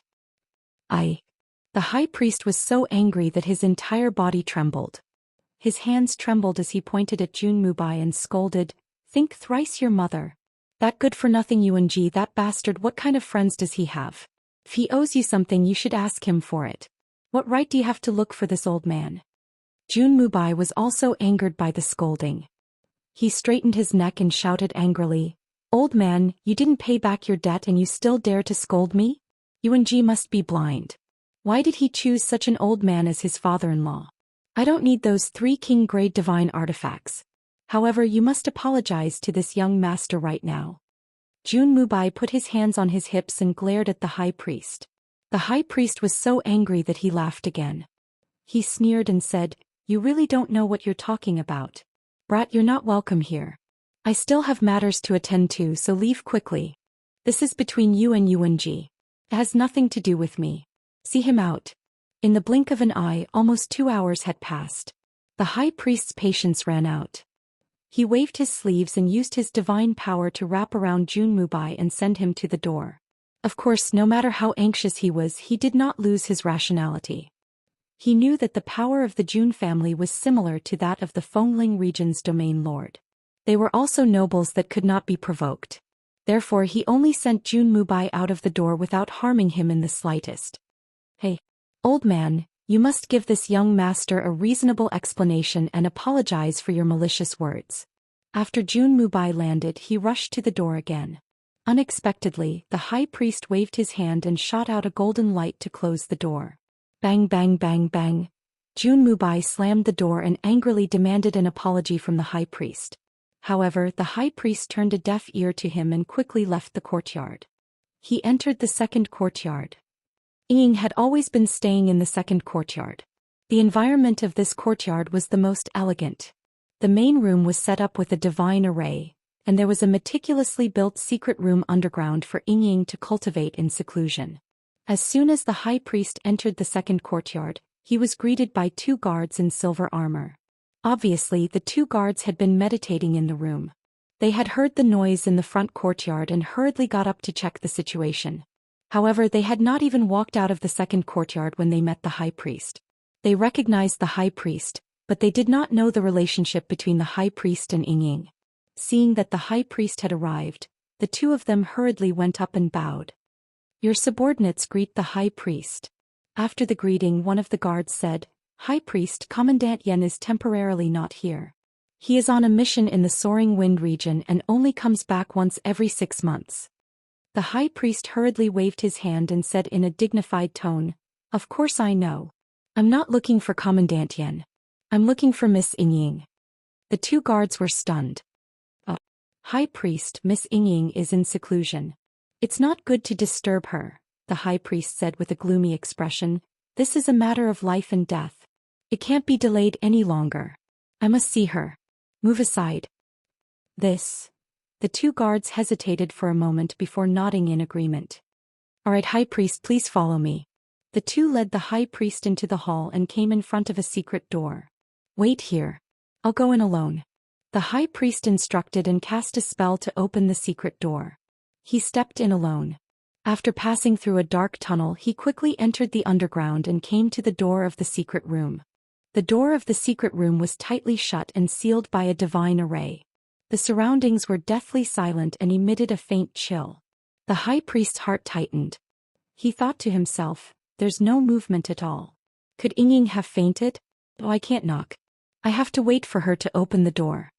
Therefore he hurriedly used a mystic technique and forcefully broke the array of the secret room's stone door. Ka ka ka. After the divine array was broken, the high priest forcefully opened the door of the secret room.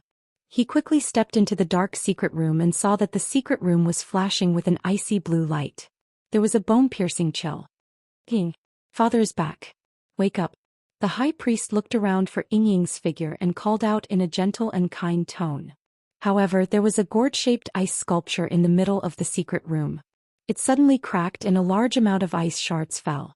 Then a young woman in a long brocade dress appeared in the broken ice sculpture. Her face was not too beautiful, but it was pretty and ugly. At this moment she was sitting cross-legged in the middle of the divine array and focused on cultivating a mystic technique. The high priest forcefully broke open the door of the secret room and shouted in a panic.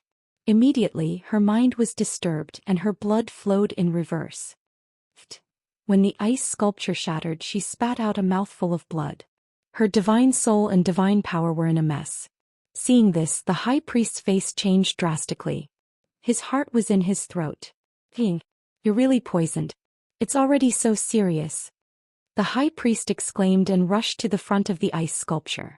He formed a seal with both hands and sent a vast amount of divine power into Ying's body to help her suppress the poison. Ying's mind and blood were already in a mess. With the vast amount of divine power entering her body, she could not take it. She spat out another mouthful of blood and fainted. Chapter 35-43. Ying. Seeing that Ying had fainted, the high priest's heart was in a mess, and he subconsciously cried out in grief. He quickly withdrew his majestic god force and released his divine sense to check on Ying's injuries. The sea tribe's poison has indeed seeped into her bloodline. Is it so serious now? With this thought in mind, the high priest was extremely worried. However, when his divine sense entered Yingying's body and carefully checked, he was dumbfounded. Yingying's bloodline was normal and there were no signs of poisoning. Moreover, with the high priest's rich cultivation experience, he could immediately tell that Yingying did not faint because of poison. She was in seclusion and her mind and blood were in a mess, causing her to suffer from qi deviation. This result dumbfounded the high priest and he stood there in a daze. How could this be? Yingying wasn't poisoned at all. He was just in seclusion. I disturbed her cultivation and caused her to suffer from qi deviation, causing her to faint on the spot? Yuanji, that bastard did this to me. When the high priest regained his senses, he was so angry that he almost went berserk. His body emitted towering flames of fury, and his body was filled with dense killing intent. Even his eyes had turned blood red. Although he did not understand why Yuanji would lie to him and painstakingly fabricate such a lie. But he had a premonition that Yuanji must have some unspeakable conspiracy. At this moment, the high priest subconsciously wanted to turn around and rush back to the Fortune Divine Palace to confront Yuanji. But this thought flashed through his mind and he immediately suppressed this impulse. No matter what, nothing was more important than Yingying's safety. Although she was not poisoned, she had suffered from qi deviation. If she was not treated in time, the consequences would be irreversible. In the best-case scenario, her divine Dao foundation would be destroyed and her godhead would be damaged, turning her into a weak mortal. In the worst-case scenario, her consciousness would be destroyed and even if she survived, she would become mentally retarded. Therefore, the high priest abandoned all distracting thoughts and put Yuanji aside, and used all his strength to treat Yingying. He was indeed a seventh heaven realm high-level god king. In just 100 breaths' time he had suppressed Yingying's injuries. Then he patiently used his god force to help Yingying tidy up the chaotic qi and god force in her body. 15 minutes later, Yingying's condition stabilized and she was out of danger. The high priest guarded her and observed her condition at all times to prevent her injuries from worsening. About half an hour later, Yingying slowly woke up. She slowly opened her eyes and was in a daze for a moment before she saw the high priest in front of her. Immediately, she frowned and angrily scolded with a cold expression. "What the hell are you doing? Why did you barge into the secret chamber for no reason and disturb my closed-door cultivation? Are you trying to kill me?" Yingying didn't have a good relationship with the high priest, so she always had a grudge against him. In all these years, the number of times the father and daughter had met could be counted on one's fingers, let alone any deep feelings. The high priest looked ashamed and quickly explained, "Yingying, I didn't do it on purpose. I was also tricked by that bastard Yuanji. He lied and said that you were poisoned by the sea race's poison and that your life was at stake. He asked me to come and see you one last time. That's why I hurried back." Yingying was stunned for a moment before she sneered with disdain. "You are a high-level divine king after all. How could Yuanji, that ignorant and useless good-for-nothing, fool you? I have never left Yudu, so how could I have been poisoned by the sea race? Originally, I had been in closed-door cultivation for 3 years and was trying to break through the shackles of the Divine King realm. You, on the other hand, barged in recklessly and caused all my efforts to go to waste. You even almost lost my life. Sometimes I wonder if you are really my father." The high priest was at a loss for words and didn't know how to comfort Yingying. Thus he could only change the topic. "Yingying, what is your relationship with Yuanji? Did you know each other at the Yudu Academy?" Yingying frowned and said with disdain, "What relationship can I have with him? He is a well-known good-for-nothing in Yudu and his family background is top-notch. I'm just a nobody. We did stay at the Yudu Academy, but we were just acquaintances. There is no relationship between us. Those girls around him, which one of them isn't a daughter of a rich and powerful family? What? Do you want to betroth me to him? Absolutely not. No matter how prominent his family background is, it can't change the fact that he is ignorant and incompetent." The high priest was even more furious. He gritted his teeth and sneered, "Yuanji, you ignorant bastard, how dare you deceive me?" After he finished speaking, he turned to leave and rushed back to the Fortune Divine Palace to settle the score with Yuanji. "Ying, rest in peace and recuperate. Father has something important to deal with now." The high priest finally understood that Yuanji had not only deceived him, but also purposely sent guards to find Jun Mubai to stall for time.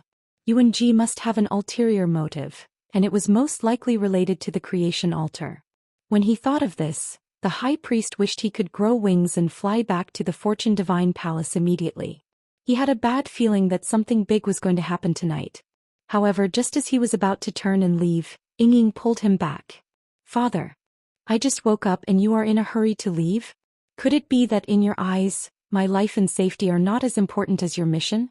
If Yuan Ji hadn't deceived you, I don't know how many years I would have to wait before I could see you again." Ying pulled on her father's sleeve with a miserable expression, and tears welled up in her eyes as she screamed. Her words came from the bottom of her heart and her voice was full of emotion. Anyone who heard it would be sad and shed tears. The high priest stopped in his tracks and his heart softened. After all, this was his biological daughter, his only family member in the world. Even if he had something important to deal with, he should spend more time with his daughter. As for settling the score with Yuan Ji, it didn't matter if it was a little later. After all, Yuan Ji was inside the Fortune Divine Palace and he couldn't escape. Therefore, the high priest could only stay and said gently, "Ying, father knows you are upset, so father can stay with you for a while. However, the baptism ceremony will begin in 4 hours. At that time, father must return to the Fortune Divine Palace no matter what. If father is not present, there will be no one to open the creation altar and something big will happen." Ying was someone who understood the gravity of the situation, so she nodded and said, "Father, don't worry, for hours at most I won't delay your business." The high priest sighed in relief, and a kind smile appeared on his face as he started to chat with Ying. The father and daughter had not seen each other for more than 30 years. During this time, Ying had experienced many things and she had experienced many ups and downs, but she had no one to talk to. Now that her father was back and he was willing to listen to her, she was naturally happy to talk. The father and daughter chatted openly and their relationship improved a lot. They didn't even realize that time had passed and the sky was about to brighten. Sword piercing the 9 heavens, sword piercing the 9 heavens. Chapter 35-44. Inside the Fortune Divine Palace. 6 hours had passed. In another 2 hours, the baptism ceremony would begin. Then more than 100 elites and geniuses would enter the Fortune Divine Palace. Ji Tianxing was still focused on deciphering the divine arrays. He was so focused that he almost forgot about everything else. In a short period of time, his concentration and energy were rapidly depleting, causing his face to turn pale and his forehead to be covered in sweat. Although he had successfully bypassed 2 divine arrays, he had only deciphered 1 supreme-grade divine array. However, this was already the fastest he could go. He was trying his best to decipher the 2nd divine array. Both of his hands were forming divine seals, sending out dazzling divine lights, forming complex seals, and injecting them into the fortune altar. The speed at which his hands were casting spells was too fast, dazzling everyone's eyes, leaving behind a series of afterimages. Even so, he still needed more than an hour to decipher the 2nd divine array. No matter how he looked at it, he would not be able to decipher the 3rd divine array before the baptism ceremony began, and he would not be able to obtain the fortune divine bead. Thinking of this, Huang Xiaolong was incomparably anxious. He calculated silently, 6 hours have passed but the high priest still hasn't returned. Looks like my plan succeeded. The Calm Peace Divine King and Jun Mubai have successfully delayed the high priest. But no matter how much time they delay, the high priest will definitely return before the baptism ceremony begins. Could it be that I'm just going to look at the fortune divine bead like this and miss out on it? No, absolutely not. Even if I have to use force to kill the high priest, I must obtain this fortune divine bead. It is Yao Yao's only hope of breaking through to the God King realm. Ji Tianxing's determination was firm, and his attitude was resolute. Soon another hour had passed. The high priest still had not returned, and Ji Tianxing was the only one around the fortune altar. He had finally deciphered the 2nd supreme grade king grade divine array. Now there was only 1 divine array between him and the fortune divine bead. But he would need at least 3 hours to decipher that divine array. Damn it, there's not enough time. The baptism ceremony would begin in another hour, and there would be countless experts guarding the Fortune Divine Palace. Outside the Divine Palace, there were at least 100,000 gods watching the ceremony. Close to 100 elites and geniuses would be gathered here after receiving their identity badges. Don't tell me that I have to forcefully break the last divine formation in front of the high priest and nearly 100 people? Ji Tianxing frowned. His heart was burning with worry, but there was nothing he could do. At this moment he really regretted not taking action earlier. If he had entered the Fortune Divine Palace 4 hours earlier, he would have obtained the Fortune Divine bead by now. Unfortunately, there was no medicine for regret in this world and time could not be reversed. Forget it. No matter what the result is, let's just give it a try.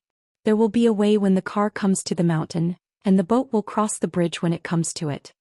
With that in mind, Ji Tianxing continued to cast spells to break the last divine array. However, at this moment Yun Yao's voice suddenly rang in his mind. Tianxing, do you need my help? Ji Tianxing was stunned for a moment, then he replied via divine sense. I've already checked. The Fortune Divine bead is inside the sacrificial altar. However, this sacrificial altar has 5 top-grade king-grade divine formations. I've already bypassed 2 of them, so I need to break the remaining 3. Now, I've already broken 2 divine formations and there's only 1 left. Unfortunately, there's not enough time left. There's less than an hour left. He briefly explained the current situation to Yun Yao. After listening to his explanation, Yun Yao immediately asked him to open the 9 Heavens 10 Absolutes pagoda. Swoosh. A white light flashed and Yun Yao appeared above the Fortune Divine altar.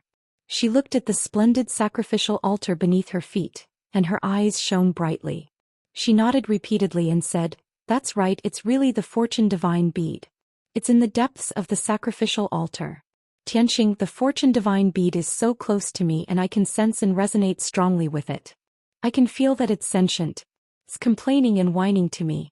It wants to struggle and break free from the sacrificial altar's shackles." Hearing her words, Ji Tianxing's eyes shone brightly. He said in surprise, "This Fortune Divine bead actually has sentience and emotions? It seems like it's the most mysterious and the most powerful among the 7 divine beads." Yun Yao didn't reply. She remained silent and focused on sensing the Fortune Divine bead. After a while she suddenly raised her head and looked at Ji Tianxing. Her eyes sparkled and she asked in a serious tone, "Tianxing, you said that there's still an hour left and you won't be able to break the last divine formation in time? If I control the Fortune Divine bead and let it attack the divine formation with all its might, working with you from the inside, are you confident that you can break it within an hour?" What? Ji Tianxing was even more surprised. He asked in disbelief, "You can control the Fortune Divine bead? That's unbelievable. It's a top-grade king-grade divine object. Theoretically, it's the same grade as that divine formation. But in reality, it's even more powerful than that divine formation. If it attacks the divine formation from the inside, I'm confident that I can break it within an hour." Yun Yao didn't hesitate. She nodded decisively and said, "All right, then let's not delay any longer. Let's start now." Ji Tianxing didn't hesitate anymore. He quickly focused his mind and focused on breaking the divine formation with all his might. Inside the divine formation, the dazzling Fortune Divine bead was already connected to Yun Yao's mind. Under the control of Yun Yao's mind, it was no longer silent. It became abnormally active. It released a vast and mighty divine power that charged left and right inside the divine formation. It fiercely attacked the nodes and foundation of the divine formation. Previously, the reason why Ji Tianxing couldn't break the divine formation fast was mainly because the internal structure of the divine formation was complicated. Moreover, his divine power wasn't strong enough. He often needed to spend several times more time to break a certain formation. But now Yun Yao was controlling the Fortune Divine bead to cooperate with him. This was the speed at which he broke the divine formation. It was several times faster and easier. The originally complicated divine formation was broken by him like a hot knife through butter. He advanced triumphantly all the way. As time passed, more and more of the formation's veins were destroyed by Ji Tianxing. The power of the divine formation kept weakening. It flickered with 5-colored divine light, and its divine power fluctuated violently. It seemed that Ji Tianxing only needed to break 4 more nodes before he would be able to break through the divine formation and create an opening. However, there were only a few minutes left before the baptism ceremony began. Swoosh. In the gloomy hall, a white light suddenly lit up and a figure appeared. It was a white-haired old man. He was in a hurry. His face was gloomy and his whole body was filled with terrifying anger. He was the high priest who had hurried back. As soon as he returned to the divine palace, he saw Ji Tianxing at the top of the creation altar and Yun Yao beside him. The high priest was startled. He immediately shouted angrily, "Yuan Ji! You bastard, what are you doing? And the woman beside you, who is she? Who let her in?" Chapter 35-45. *T. I'm still a little late. This old man came back just in time. The sudden appearance of the high priest made Ji Tianxing realize that something was wrong. However, the divine array was about to be broken. He couldn't give up halfway. Therefore, he pretended not to hear the high priest shout and sped up to break the last 4 nodes of the array. Yun Yao was also focused. She controlled the creation divine pearl and attacked the 4 nodes with all her might. Being ignored, the high priest became angrier and angrier. He flew to the creation altar angrily and shouted, "Yuan Ji! What the hell are you doing? Ying is safe and sound and you have nothing to do with her. Why did you lie to me saying that she was poisoned and that you have deep feelings for her? What do you want to do by sending me away for a few hours? Do you know that you have committed a serious crime? Even your father can't save you." The high priest frowned and stared at Ji Tianxing and Yun Yao as he shouted angrily. Seeing that the 2 of them were focused and pale, and were using some kind of secret technique, the high priest felt that something was wrong. He carefully examined the creation altar and found that the 5-colored divine light on the altar had become very weak. However, the creation divine power inside the altar was abnormally active and violent, like a volcano erupting. The high priest seemed to have guessed something and his eyes widened in disbelief. He glared at Ji Tianxing and roared angrily, "Yuan Ji! You rebellious maniac, how dare you? How dare you destroy the creation altar and steal the supreme divine pearl? Are you crazy? That is the altar built by the God Emperor himself. You will bring disaster to your family by doing this." At this moment, the high priest was completely stunned by Ji Tianxing's craziness. No matter how shrewd and wise he was, he couldn't figure out why Yuan Ji would do this. He was simply blinded by greed. He ignored the dignity of the God Emperor and paid with the lives of Feng Ling's entire family. The enraged high priest was about to make a move to stop Ji Tianxing from casting the spell. As Ji Tianxing cast a spell to break the last 2 nodes, he said to the high priestess, "High priestess, don't worry. I'm not crazy. I'll explain it to you later." "Explain my ass." The high priest roared angrily.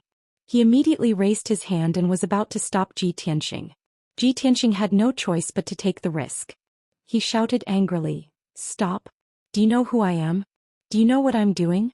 This king carries a shocking secret and shoulders the mission of His Majesty the God Emperor. Don't make a mistake." The high priestess was stunned by his roar. His raised palm also froze in midair. He looked at Yuan Ji in shock. He frowned and asked subconsciously, "What do you mean? Are you not Yuan Ji? You're clearly trying to destroy the creation altar and seize the supreme divine pearl. How could this be the mission given to you by His Majesty the God Emperor?" Little B** starred, "What the hell are you doing?" The high priest didn't believe Yuan Ji's nonsense. However, his rationality told him that with Yuan Ji's status, as long as he wasn't crazy, he definitely wouldn't do such a thing. Could it be that there were really some secrets and twists? For a moment, the high priest couldn't make up his mind. He had no choice. It was the first time he had encountered such a thing. Moreover, this matter was too abnormal and illogical. Ji Tianxing's roar was full of righteousness and his tone was full of dignity. The high priest was confused on the spot. He couldn't tell the truth at all. While he was in a daze, Ji Tianxing and Yun Yao sped up and finally broke the last 2 nodes of the array. Suddenly, a gap appeared in the 3rd divine array. Endless divine power of creation burst out from the gap like a volcanic eruption. Zhoosh! In an instant, an overwhelming 7-colored divine light filled the entire hall and lit up an area of 1,000 feet. The translucent creation divine bead was like a tired bird returning to its nest. It passed through the gap in the divine formation and flew towards Yun Yao at lightning speed. Swish! The divine pearl flew in front of her and without stopping, it drilled into her glabella and disappeared. Yun Yao's expression changed immediately. Her eyes were filled with joy. She turned to Ji Tianxing and gave him a look. The 2 of them had a tacit understanding. Ji Tianxing immediately understood what she meant. Now that she had the creation divine pearl, her shackles were instantly loosened. She could break through to the divine king realm immediately. Therefore Ji Tianxing waved his hand and shot out a beam of white light, putting Yunyao into the Jutian 10 Absolutes pagoda. Yunyao returned to the distorted space and immediately went into seclusion to break through without delay. At this moment, Ji Tianxing stopped and turned around to look at the Grand Priest. "Alright, time's up. The mission is over." He dusted his sleeves and said with a smile. The high priest glared at Huang Xiaolong and pointed a finger at Huang Xiaolong as he bellowed, You traitor. You really let that woman take away the fortune divine bead. Don't deny it. You were trying to destroy the creation altar to steal the creation divine pearl." Ji Tianxing didn't deny it. He nodded with a smile and said, "Yes, you're right. That's true. However, this altar is sealed by 5 Supreme King grade divine arrays. How could I destroy it with my first realm of the King God realm cultivation base?" The Grand Priest was stunned. He frowned and mumbled, "That's right. The altar is protected by 5 Supreme Divine arrays. Only I know how to open them. It's because of this that I wasn't worried at all when I left by myself and left him here. But how did he do it?" While the Grand Priest was frowning and pondering, Ji Tianxing secretly cast a spell and shot out a few rays of divine light. Instantly, a blazing white space gate appeared in front of him. He stepped into the space gate and was about to leave the palace. However, before he left, he turned around to look at the Grand Priest and sneered, "I'm Yuan Ji. Everyone knows that I'm a good-for-nothing. I definitely don't have the strength to destroy the creation altar. Only you, the Grand Priest, know the creation altar best. You can destroy it and steal the creation divine pearl. You're the one who stole the creation altar. The baptism ceremony is about to end. You'd better think about how to explain it to everyone." After that, Ji Tianxing stepped into the space gate and disappeared. The high priest was stunned on the spot. He stared at the space gate with his mouth agape and cried out, "This is impossible. I've only used the secret technique to leave the palace once in front of him. How is it possible for him to learn it completely and execute it successfully?" After the shock, he remembered what Ji Tianxing had said. He was so angry that his face turned pale. "You can't destroy the altar. I stole the creation altar? But, Yuan Ji, you shameless bastard, you bastard. You and I can't exist under the same sky." The high priest finally understood that this whole thing had been a conspiracy from beginning to end. Yuan Ji was cunning and cunning. He had schemed against him too ruthlessly. Chapter 3546. When the high priest regained his senses, he finally realized the seriousness of the matter. At the same time, he had great doubts about Yuan Ji's identity. That bastard kid, is he really Yuan Ji? How could an ignorant and incompetent good-for-nothing be so scheming and scheming? And his strength, he just broke through to the God King realm. How could he destroy the creation altar and break the Supreme Grade King Grade Divine Array? Not to mention that no one would believe the news. Even the high priest himself didn't believe it. Because of this, he was even more flustered. He couldn't take the blame for this. The moment Ji Tianxing left the creation divine palace, the high priest executed a space technique and chased after him without hesitation. Swoosh! With a flash of white light, the high priest appeared in the brightly lit main hall. This fortune divine palace located in the middle of the Emperor Palace was, in fact, a fake. It was merely a decoy. The real creation divine palace that he and Ji Tianxing were in was actually tens of thousands of miles underground. At this time, the baptism ceremony had just ended. The high priest could clearly hear the clamor outside the creation divine palace. He looked around for Yuan Ji, but he couldn't find him. Just as he was about to step out of the creation divine palace, he saw hundreds of elites and geniuses walking towards him with joy and anticipation. Qingju, the commander of the Imperial Guards, and dozens of other Imperial Guards stood majestically at the entrance. Everyone's faces were brimming with joy and anticipation. The air was filled with a cheerful atmosphere. But when the high priest saw this scene, his vision turned black and he almost fainted. "It's over. This matter can't be hidden anymore." The high priest knew that no matter what the reason was, he would be severely punished by the God Emperor for leaving his post without permission and causing the supreme divine bead to be stolen. Moreover, if he didn't take the appropriate measures in time, the crime of stealing the supreme divine bead would fall on him. High priest, the creation altar is about to open. Why did you come out?" Just as the high priest's heart was in a mess, Qingju's voice sounded in his ears. He raised his head and saw Qingju looking at him with a puzzled expression. This old man. The high priest's face turned ugly. He wanted to say something but hesitated. Qingju instantly frowned when he saw his reaction, and he asked via voice transmission, "High Priest, don't tell me that there's a problem with the creation altar? You have never left your post before, but you were absent for 8 hours last night. We're all colleagues, so I can pretend that I don't know. However, once something happens to the creation altar, no one will be able to hide it." Hearing Qingju's words, the high priest immediately gritted his teeth and made up his mind. He looked at Qingju with a solemn expression and transmitted his voice in a grave tone. "Commander Qing, something big has happened. The fortune altar was destroyed and the fortune divine pearl was stolen." Qingju was stunned on the spot. After a while she recovered and said with a chuckle, "High Priest, this joke is not funny at all." The high priest's expression was very dark. His tone was even more solemn as he said, "Commander Qing, this old man is not joking. It was absolutely true. It was that bastard Yuanji. Last night he entered the Fortune Divine Palace early and made up a series of lies, tricking this old man into leaving for a few hours. When this old man rushed back, he had already destroyed the altar and stolen the Fortune Divine Pearl." Seeing how serious the high priest was, Qingju realized that something big had happened. His expression turned ugly as he asked in a low voice, "Yuanji?" No wonder he tried so hard to enter the Fortune Divine Pearl several hours in advance. It turns out that he had the intention to steal the Fortune Divine Pearl. This treacherous bastard is really audacious. After a pause, Qingju frowned and asked again, "But High Priest, this is completely illogical. Yuanji has just broken through to the God King realm, and he is a well-known hedonistic young master. The creation altar is a supreme king-grade divine array laid down by the God Emperor. How could Yuanji break it with his strength? Moreover, to break 5 supreme-grade divine arrays in 8 hours? This is ridiculous." Qingju believed that the Fortune Divine Pearl was stolen, but she didn't believe that it was Yuanji's doing.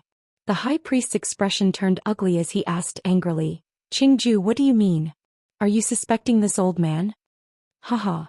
Qingju sneered and said in a low voice, "Before this matter is investigated clearly, everyone is a suspect. We can't get away with it. The most important thing now is to stop these elites and geniuses from entering. Send people to capture Yuanji immediately." "Yes. As long as we capture him, the truth will be revealed." The high priest nodded quickly and said through gritted teeth, "This old man will make sure that little bastard dies without a burial place." Qingju ignored him and quickly opened her arms to block the entrance of the divine palace. She said to the hundreds of elites and geniuses, "Everyone, please wait.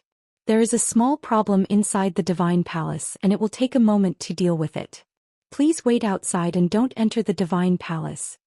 Her deep and majestic voice spread across the square in front of the palace. Following her words, more than 20 imperial guards immediately blocked the entrance of the divine palace with swords and sabers. The elites and geniuses on the steps and in the square in front of the palace were all stunned. The smiles and joy on everyone's faces froze. They all frowned and showed a puzzled and dissatisfied expression. Many of the bolder and more powerful nobles even loudly questioned the reason behind it. "Commander Qing, what do you mean by this? In the past, every baptism ceremony was safe and sound. Why did something happen when it's our turn? How long will it take you to deal with it? How will you compensate for delaying our baptism? What exactly happened? Please explain, Commander Qing. Otherwise we won't believe it." Someone took the lead and shouted, and many people echoed. Seeing that the situation was about to get out of control, everyone became agitated. Qingju looked dignified and shouted coldly, "This is an order. Do I need to explain to you what I do? Whoever dares to take one step into the divine palace will be killed without mercy." Qingju was really angry and her tone was full of murderous intent. The young elites and geniuses were shocked. They realized the seriousness of the matter and didn't dare to be noisy. They all whispered to each other. Qingju ignored them and quickly discussed countermeasures with the high priest. "High Priest, the theft of the divine bead is too serious. It's not something you and I can solve. Immediately send a message to Commander Mingi and report the cause of the matter to him. I will now send all the Imperial Guards to search for Yuanji in the Divine Palace and Yudu." The high priest was stunned and his expression was hesitant. He smiled bitterly and said, "Commander Qing, is there a need to alarm Commander Mingi? Even now he was still hoping that Qingju could bring people to capture Yuanji. It was best not to alert Commander Styx or the Blood Hell Marshal. Otherwise, this matter would be difficult to resolve and he would be severely punished. Chapter 3547. Hearing the high priest's words and looking at his expression, Qingju sneered. High priest, I know what you're thinking. In fact, Chongzheng and I are responsible for Yuanji's entry into the Fortune Divine Palace. All three of us have made mistakes and we must be punished. If we had the ability to solve this matter, I wouldn't have informed Commander Mingi. But the truth is, this matter is too serious and neither of us can solve it.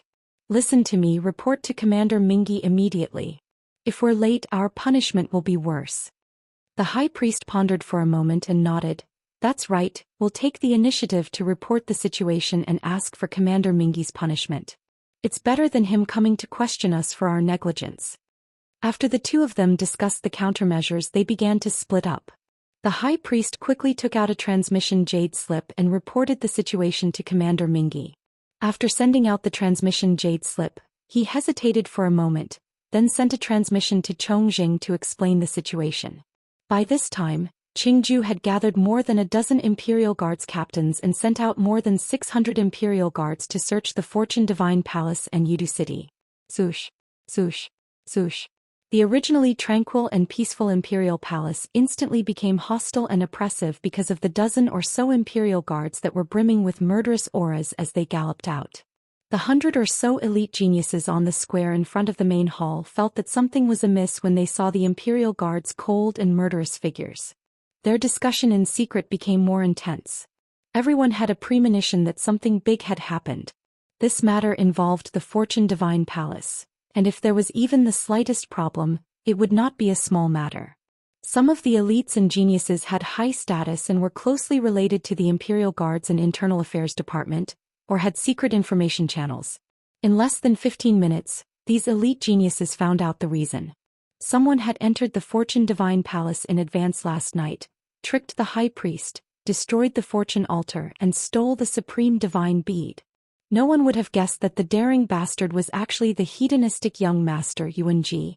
When these elite geniuses heard the news, they were shocked beyond words and it took them a long time to recover.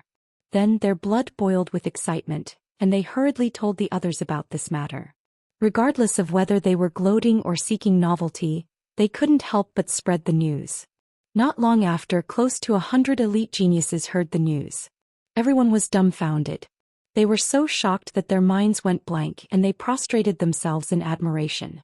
After a short moment of silence, the crowd burst into a clamor of exclamations and curses. Holy sh*t. Is Yuanji going to defy the heavens? I knew that he was lawless and notorious, but I didn't expect him to be so arrogant. That is an altar built by His Majesty the God Emperor himself. How dare he destroy the altar and steal the divine pearl? We can only accept the baptism of the divine light, but he stole the divine pearls. Awesome. It's so awesome that it's a mess. Young Master Yuan, you are a true warrior. However, that kid won't live past tonight. Everyone just wait and see. Yuanji, you bastard. How dare you eat alone? Now that he has stolen the divine beads, where are we going to receive the baptism of the divine light? Hey, don't you think this news is ridiculous? With Yuanji's abilities, how could he destroy the altar and steal the divine pearls? It doesn't matter if it's true or not. Yuanji didn't come, so he's a big suspect. Now that such a big thing has happened, he wants to implicate wind-soaring domain chief's manor. What a scammer. Numerous elite geniuses discussed animatedly, and the news quickly spread outside the Imperial Palace. In just 2 hours, the news had spread throughout Yudu City. Numerous rich and powerful families and strong practitioners had received the news. In an instant, the entire Yudu was discussing this matter. Countless people cried out in astonishment, feeling that it was inconceivable. Of course, everyone who received the news knew that this matter was too serious. A storm of blood was about to break out in Yudu. Qingju brought a few hundred Imperial Guards and was searching Yudu City. The news of Yuanji stealing the divine pearls also spread quickly in Yudu, and everyone knew about it. The entire Yudu city was filled with an oppressive feeling that a storm was coming. Countless people were watching in secret, waiting for Yuan Ji to be sentenced to death and for Wind Soaring Domain Chief to be implicated and punished. As for Yuan Ji, the person involved, he was in a good mood and didn't panic at all. Before stealing the Creation Divine Bead, he had to plan carefully and use a strategy. He couldn't use force. However, after getting the Creation Divine Bead, he was fearless and unrestrained. Since he had the Divine Bead, he could kill or fight as he pleased. Even if he turned Yudu upside down, he wouldn't be afraid. After leaving the Creation Divine Palace, Ji Tianxing didn't hide his strength anymore. He executed the art of invisibility and escaped the detection of many imperial guards. He left quietly without being discovered by anyone. After escaping the imperial palace, he didn't return to the Thousand Pine Courtyard, because he could guess that the high priest and Qingju would definitely bring people to search there. Therefore, he secretly hid in a courtyard in the West City district. This mansion was located in a rather prosperous area, surrounded by rows of mansions and palaces. The courtyard was a little old and couldn't be considered extravagant or luxurious. Compared to the quiet and unique courtyards and magnificent palaces around it, it was a little shabby. This didn't match Yuan Ji's high profile and rich style at all. However, this courtyard was indeed Yuan Ji's. A few years ago, he secretly bought it behind everyone's back and prepared to do some shady business. Now it was Ji Tianxing's turn to benefit. No one would expect him to hide in this courtyard. As the saying goes, the most dangerous place is the safest. After those imperial guards search the imperial palace, they will definitely search the Thousand Pine Courtyard and the few places Yuan Ji frequents. If they can't find me, they will search the entire city. If they can't find me in Yudu, they will definitely think that I escaped back to the Soaring Wind region and hid in my hometown. At that time, the center of the storm will be in the Soaring Wind region, and Yudu will calm down. I will have a chance to leave. Ji Tianxing sat cross-legged in a secret room deep under the mansion as he muttered to himself with a cold smile on his face. Before coming to Yudu, he had already thought of his next itinerary and plan. First, he would seize the Creation Divine Bead, then leave the God World through the passage between the two worlds and go to the Dragon Realm to find Wuhan. Currently, half of the plan was completed. He only needed to wait for the right time to enter the passage between the two worlds. However, he knew that it wouldn't be easy to pass through the passage between the two worlds. The passage between the two worlds was controlled by the god of the underworld, so it would definitely be heavily guarded and guarded by strong practitioners. Now he had to calm down and plan well. If the theft of the divine bead can cause a bigger commotion and lure Marshal Blood Prison and Commander Mingi out of Yudu, how good would that be? Chapter 3548. Even though Ji Tianxing was looking forward to this outcome, he knew in his heart that it was almost impossible. Looks like I have to do something to spread this matter. Only then will I be able to lure the tiger away from the mountain. After pondering for a while, Ji Tianxing had an idea. He took out 2 transmission jade slips. He used Yuan Ji's tone to send a message to the 2 jade slips. One of the jade slips was sent to Calm Peace Divine King. The other jade slip was sent to Soaring Wind City's Domain Lord's assistant, Star Thunder Divine King. In the transmission, Star Thunder Divine King clearly stated that he was wrongly accused. It was obviously the high priest who stole the Fortune Divine Pearl. He had entered the Fortune Divine Palace in advance and happened to witness the high priest's evil deeds. The high priest wanted to kill him to silence him, so he could only escape in a sorry state. In order to clear his name, the high priest poured dirty water on him. But in reality, he was just a first-degree realm low-level god king. How could he have the ability to destroy the altar and steal the divine pearl? Now there were countless emperor guards searching the city for him. There were also many experts who wanted to capture him.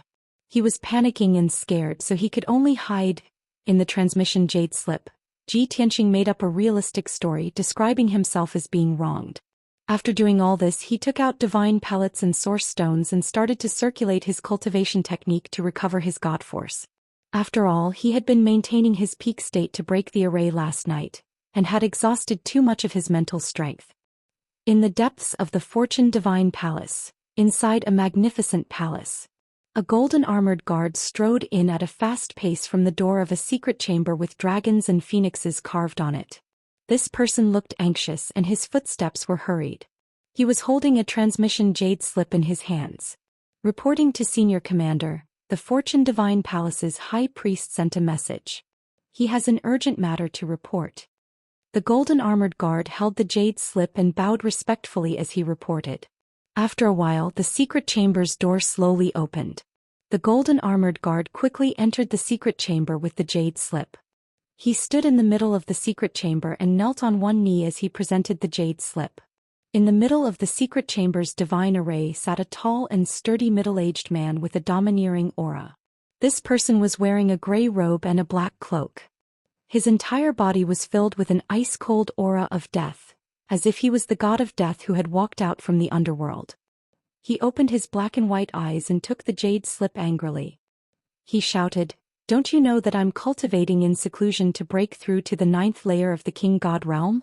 How big of a matter is it that it would disturb my closed-door cultivation?" The golden-armored guard hurriedly kowtowed and apologized, but he didn't dare to explain the situation. The great commander who was like the Grim Reaper was the right-hand man of the god of the underworld, Commander Styx, who was as famous as the Blood Hell Marshal. The Blood Hell Marshal was in charge of killing and war, while he was in charge of internal affairs and punishment. When the god of the underworld was not on the reincarnation island, the two of them were in charge. Of course, this was a period of peace without any wars. The Blood Hell Marshal was relatively idle, and Commander Mingi had more authority. He frowned with displeasure and reached out to take the jade slip. As soon as he read 2 sentences with his divine sense, his body stiffened, and his expression became incomparably gloomy. After a moment, when he finished reading the contents of the jade slip, he immediately crushed the jade slip and grinned sinisterly. "Ah, this is the biggest joke in the world.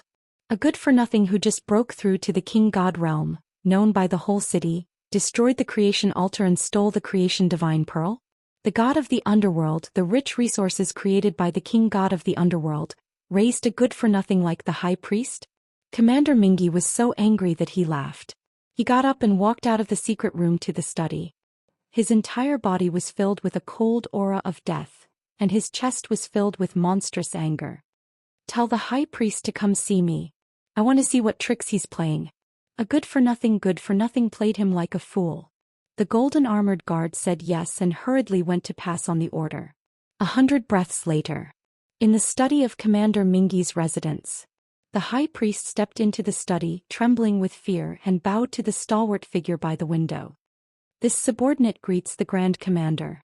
Commander Mingi's back was to him and he was looking at the scenery outside the window. However, the study was bone-chillingly cold and the cold aura of death lingered, causing the high priest to shiver all over. Commander Mingi didn't turn his head. He asked in a cold, low voice, "High priest, tell me. Are you too stupid to be plotted against by that good-for-nothing? Or are you the one who made up this preposterous story?" Before the high priest could answer, he added, "This one time I will only ask you one question. I'm only going to ask this once. Think carefully before you answer." The high priest didn't hesitate. He said in a sonorous voice, "Grand Commander, this subordinate swears on his godhead that every word this subordinate said in the jade slip is true. It is true that Yuan Ji infiltrated the divine palace, destroyed the altar and stole the creation divine pearl. He entered the divine palace ahead of time. Both Chongzheng and Qingju can testify to this. As for him destroying the altar and stealing the creation divine pearl, this subordinate saw it with my own eyes." Without waiting for him to finish, Commander Mingi sneered, "If this is true, then you admit that you are worse than a good-for-nothing. The high priest immediately shut his mouth. His face turned pale and he was so ashamed that he wanted to crawl into a hole. Commander Mingi turned around and stared coldly at him. "Look into my eyes." The high priest lowered his head in fear and resistance. He knew that Commander Mingi had the eyes of hell, an inconceivable ability. Not only could he use eye techniques to kill his opponents, but he could also read their souls and memories. "Do you want me to repeat myself?" Commander Mingi frowned and roared again. The high priest had no choice but to slowly raise his head and look into his eyes with a solemn heart. Suddenly, Commander Styx's eyes turned into the eyes of the underworld. They were black and white and they spun rapidly like a deep vortex. The high priest lost his mind and fell into a coma. Meanwhile, Commander Nether River's consciousness had forcibly invaded his godhead and read his memories. Clearly, this was the best way to verify whether or not he was lying. At the same time, it was also the simplest and most violent method. At this moment the high priest was like an unconscious puppet, his body frozen in place. His soul, memories, thoughts and secrets were all exposed to Commander Netherriver's eyes. After a full 100 breaths, Commander Mingi retracted his gaze and his eyes returned to normal. The high priest gradually regained consciousness. He had a splitting headache, dizziness and nausea, but he did not dare to show any dissatisfaction. Commander Mingi frowned and muttered to himself, "The Fengling region lord really raised a good son. He actually deceived everyone. Haha. Good for nothing, good for nothing? What a good disguise. I want to see if you are tired of being a region lord. Are you trying to rebel?" With that, Commander Mingi flung his black death cloak and strode out of the study. The high priest hurriedly followed and asked, "Commander, what do you need me to do? Just tell me." He had committed a grave mistake, so of course he had to find an opportunity to show his loyalty to reduce his punishment. Commander Mingi did not give him the chance. "I will personally make a trip to the Fengling region. You don't have to follow." Chapter 3549. 12 hours passed in a flash. For the entire day rumors spread all over Yudu City, and everyone had different opinions. Everyone knew that Yuanji had snuck into the Fortune Divine Palace and stolen the Supreme Divine Bead. However, while countless people were shocked and enraged by Yuanji's actions, another theory spread like wildfire. Some people said that Yuanji was an ignorant and incompetent hedonistic young master who had just broken through to the God King realm. How could he have destroyed the altar and stolen the divine bead? There was more to this matter than met the eye.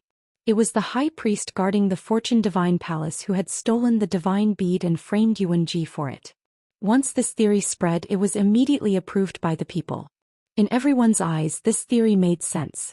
Otherwise, if a low-level God King could steal the divine bead, it would be beyond everyone's understanding. In addition, some people were secretly adding fuel to the fire, purposely spreading this theory. After a day, the views of the people of Yudu were divided into two factions. One faction believed that Yuanji had stolen the divine bead, while the other was adamant about not believing it. The two factions quarreled endlessly. These interludes added a layer of suspense to the matter. It was the dead of night again. Ji Tianxing left the distorted space-time and returned to the secret chamber. The outside world was in an uproar, but he was as calm as a mountain, as if nothing had happened. He didn't care what the people of Yudu said. He only wanted to know the whereabouts of Commander Mingi and the Blood Prison Marshal. Only when these two experts left would he have a chance to sneak into the passage between the two worlds and leave Reincarnation Island. Therefore, he took out a communication jade slip and sent a message to the Calm Peace Divine King to ask about the situation. Soon the Calm Peace Divine King sent back a message. Ji Tianxing picked up the jade slip and read the message with his consciousness. The Calm Peace Divine King's voice immediately rang in his mind. "Young master, after a whole day you've finally contacted me. I've already followed your instructions and spread the truth of the matter in Yudu City. Most people are willing to believe that you're innocent. I've also contacted a few other powerful families to add fuel to the fire. Young master, you must hide well. Don't show yourself and don't go to places you frequent. I don't think those Imperial guards are bluffing. They are serious. You have to be careful. Today they turned Yudu upside down, but they couldn't find you. I heard they are going to expand their search area tonight. Also, I have some bad news to tell you. This matter was too big and alarmed Great Commander Mingi. He had already left Yudu and was heading to Soaring Wind Domain personally. From the looks of it, the Grand Commander wants to personally meet the Domain Lord and exert pressure on the Domain Lord. Calm Peace Divine King was a loyal retainer. He absolutely believed that Yuanji was innocent. Therefore, Ji Tianxing hid in the nameless courtyard but was able to control the Calm Peace Divine King to stir up trouble in the city. At the same time, he was also able to gather information from various sources. After reading the contents of the jade slip, Ji Tianxing put away the communication jade slip and revealed a gratified smile. Bad news. Commander Mingi has left Yudu and is heading to Soaring Wind Domain personally. This is the best news for me. He didn't care what kind of pressure Soaring Wind Domain Lord would have to endure. He only wanted to lure the tiger away from the mountain and find an opportunity to take action. Soaring Wind Domain Lord's personality is unyielding and unyielding. He is also an old friend of Commander Mingi and Marshal Blood Prison. Even if Commander Mingi went to question him face to face, Soaring Wind Domain Lord would evade and deny it. This way, Commander Mingi would have to delay for at least 3 to 5 days before he could return to Yudu. Ji Tianxing frowned and silently analyzed the situation at hand. These 3 to 5 days are the best opportunity for me to take action. However, Martial Blood Prison is still in Yudu. How can I lure him away? Although he won't guard the passage between the two worlds personally, he is still a huge hidden danger. I have to guard against him. It was a pity that Ji Tianxing's time on Reincarnation Island was too short, and his actions were too hasty. He was also alone and didn't have any friends or helpers. Even though he racked his brains for a long time, he couldn't think of a good way to alarm and lure Martial Blood Prison away. If there was enough time, he could slowly plan and come up with a perfect plan. But for now, he could only wait patiently and hope that things would take a turn for the better. Of course, he didn't forget to remind Calm Peace Divine King to pay attention to the movements of the outside world and report any news immediately. Soaring Wind Domain. In the vast and luxurious Domain Lord's Manor, on a lonely peak that was thousands of feet tall in the backyard. The peak of the mountain with a radius of 300 feet was surrounded by clouds and mist. There were a few elegant and unique stone houses. There was a towering ancient tree in the small courtyard, and there was a stone table under the tree. It was suitable for drinking tea and playing chess. At this moment, Commander Mingi sat on a stone chair and stared expressionlessly at Soaring Wind Domain Lord in front of him. The domain master of the Soaring Wind region was a middle-aged god clan warrior with a huge body and a full beard. He had a rough appearance and his personality was fiery and stubborn. He was also somewhat domineering and dictatorial. It was because of this personality that Yuanji was raised to be an arrogant and hedonistic person. Great Commander, come and have some tea. Soaring Wind Domain Lord raised the teapot with a smile and poured a cup of spirit tea for Commander Mingi. He looked normal and there was no change in his expression. He didn't panic or worry. Commander Mingi raised the teacup and took a sip. He sneered and said, "You boorish brute, when did you start learning how to make tea? You even live alone on this mountain peak. Are you going to cultivate your body and mind?" Soaring Wind Domain Lord nodded and said with a smile, "I was indeed rude and boorish in the past, so I'm trying to change. By the way, Great Commander, how does this heavenly spring spirit tea taste?" Commander Mingi sneered again and said in a playful tone, "Yuan Ba, don't talk nonsense with me. You should know why I'm here." Yuan Ba raised the teacup and slowly tasted it. He said leisurely, "Great Commander, we used to fight side by side and were like brothers. Let's not talk about the distant past. Let's talk about the most recent battle. It was 1,000 years ago in the Outer Realm. We worked together to kill Kenshin. That great battle left both of us heavily injured and we almost lost our lives. At that time, if you and I didn't help each other, we wouldn't be alive now. Now that you and I are in high positions, we've been idle for too long. We've been blinded by fame and fortune. We've forgotten our brotherhood and are only interested in small things. Don't you think it's funny?" Then he put down the teacup and looked at Commander Mingi with a smile. Commander Mingi frowned. His face was a bit gloomy as he said in a low voice, "Yuan Ba, are you reminding me not to forget our old relationship? Are you reminding me to be considerate in this matter and punish your playboy son lightly?" "Oh no. Soaring Wind Domain Lord hurriedly waved his hand and said with a smile, "I'm just thinking about the brotherhood of the past. As for my son, he didn't do anything. How can he be punished?" Chapter 3550. Yuan Ba's words made Commander Mingi frown again. His lips curled into a sinister smile. "He didn't do anything? Yuan Ba, when did you become so protective? Why are you so confident in your son? Or is it because you ordered him to do so?" Commander Mingi was very forceful and overbearing. His whole body was filled with a cold and dignified aura of death. Yuan Ba frowned unhappily. He said in a serious tone, "Commander, you've gone too far. I've never been ambitious. I'm already satisfied to be able to receive the recognition of the God Emperor and reach this step. I've been meditating in seclusion for the past few hundred years. How could I order my son to do such a disgraceful thing?" After a pause he continued, "I don't believe my son has done anything wrong. I'm not being protective. I know my son too well. I know what he's capable of. Even if there are rumors out there, do you believe my son has the ability to destroy the creation altar and steal the god bead? I don't care if you believe it or not. I don't believe it. Look, that little bastard knows he's in trouble. He's hiding outside and doesn't dare to come back. He's still the same bastard as before. He's also irresponsible. After saying this, Yuan Ba laughed bitterly at himself. Commander Mingyi was expressionless. He said coldly, I believe it. Besides, I've investigated the truth before coming to you. Yuan Ba was stunned. Then he sneered, What truth? Did you see my son destroy the creation altar and steal the god bead with your own eyes? Commander Mingyi shook his head. Of course I didn't see it. But the high priest did. That's right. Yuan Ba chuckled and said, I've always felt that you should properly interrogate the high priest instead of keeping an eye on my son. No matter how much evidence and suspicion you have, you can't change the fact that my son has just broken through to the God King realm. He's only in the first layer of the God King realm. He can't even set up a few low-grade King realm divine formations. Do you expect him to break a top-grade King realm divine formation? If he really had the ability to break one, he'd be even stronger than me. Then I'd be smiling in the underworld. Commander Nether River frowned and was rather speechless. Yuan Ba, you better be serious. Why do I feel that you are willing to believe that it was Yuan Ji who stole the divine pearl? Yuan Ba stared at him and asked, If my son can really solve the king-grade divine formation, shouldn't I be happy?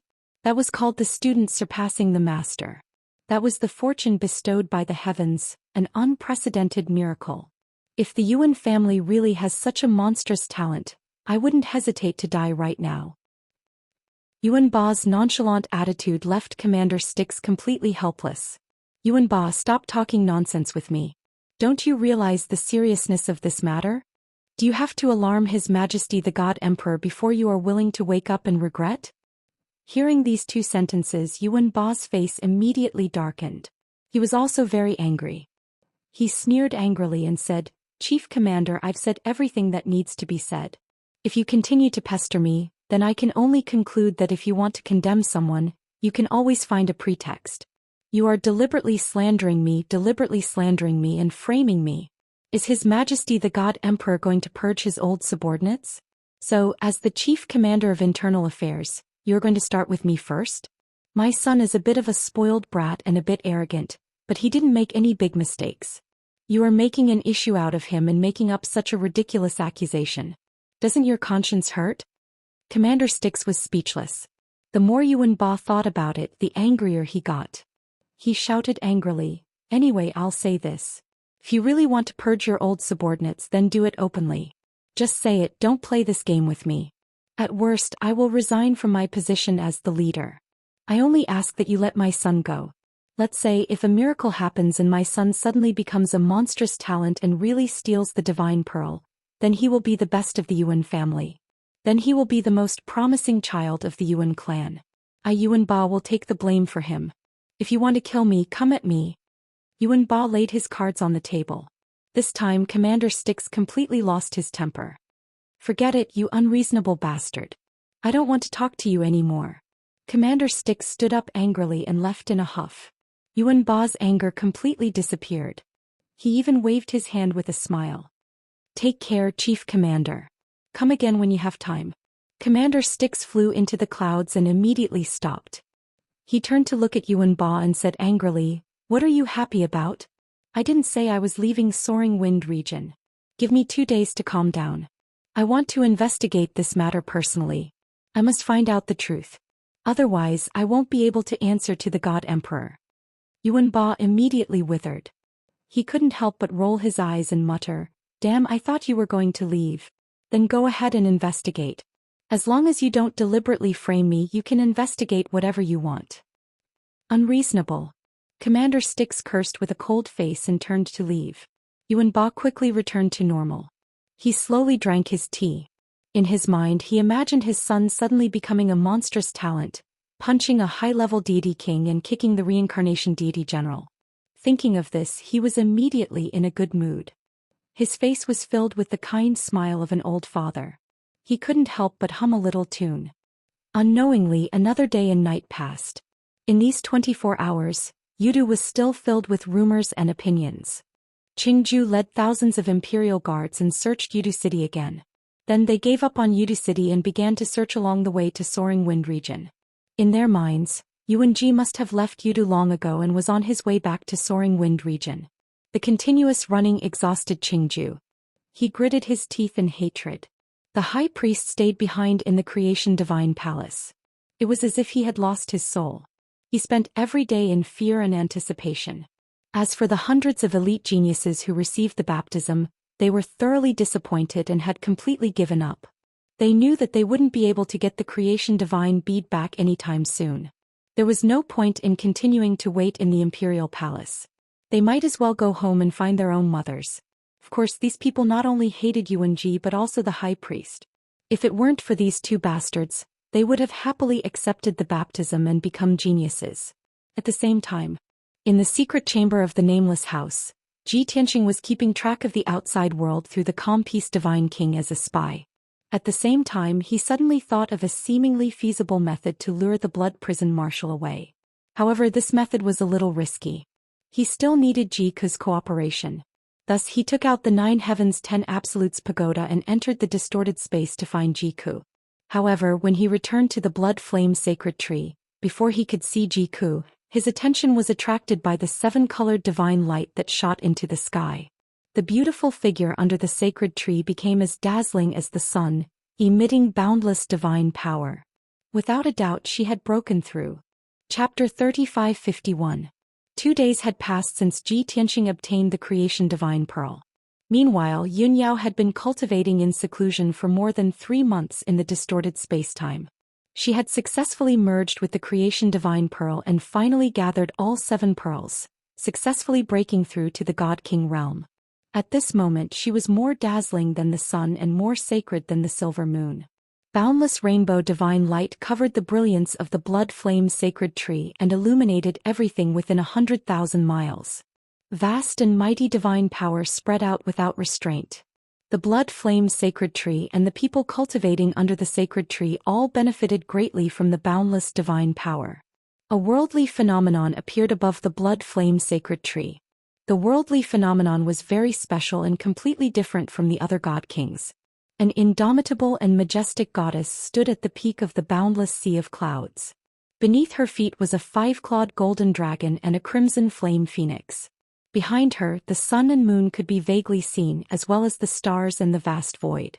If one looked closely, they would discover that the sea of clouds was formed by billions of living beings of the human race. Clearly, this worldly phenomenon was the majestic image of the mother of the human race, the ancient goddess Yaoguang. Ji Tianxing looked up at the phenomenon above the sacred tree and revealed a gratified smile. Recalling the past, he felt a little emotional and muttered to himself, "From the very beginning of the Sky Pillar sect, we walked hand in hand and weathered too many trials and tribulations. From the first Neptunian divine pearl to the 7th creation divine pearl, only the heavens know how difficult it was for us. Only now have her godhead, divine soul and memories fully recovered. She has truly been reborn as Yaoguang. Her memories should be complete and she will return to her peak very soon." After 3 whole days, the heaven and earth anomaly that covered the sky finally dissipated. The rainbow divine light that covered 100,000 miles gradually thinned until it completely disappeared. When it distorted, the sky returned to normal. Yunyao gradually ended her cultivation and opened her eyes. Right now her appearance did not change much, but her temperament had improved. She was already as beautiful as a painting, cold and dignified. Now she had become even more holy and dignified, with a hint of motherly radiance. Ji Tianxing landed beside her and said with a smile, "Yao Yao, you've finally broken through to the divine king realm. Now you can be considered to have enjoyed the fruits of your labor." Yunyao nodded and said gently, "This is all thanks to your help. If you hadn't taken the risk to sneak into the Fortune Divine Palace, I don't know when I would have been able to break through, Ji Tianxing. As long as you can break through to the Divine King level, my risk is worth it. Alright, you've already fused with 7 divine pearls. You should have recovered all your memories, right?" Yunyao thought for a moment, then nodded and said, "I've basically recovered, but I'm missing some fragmented memories. However, I should be able to recover slowly in the future." Ji Tianxing's eyes lit up and he said expectantly, "I've always wanted to know what exactly happened in the Antiquity Age 30,000 years ago. The demon race, the 5 elemental world and goddess Yaoguang were all closely related? Since you've recovered your memories, why don't you tell me about it?" Yunyao smiled and shook her head. She said gently, "Things back then were very complicated. The truth is too shocking and I don't dare to confirm whether my memories are real or fake. Moreover, my memories are still in the process of recovering and they're still very messy. Wait patiently, I'll definitely tell you when I've sorted out my memories. Ji Tianxing wasn't surprised by this and nodded, and I'm a little impatient. Then continue to cultivate and nourish your divine Tao foundation.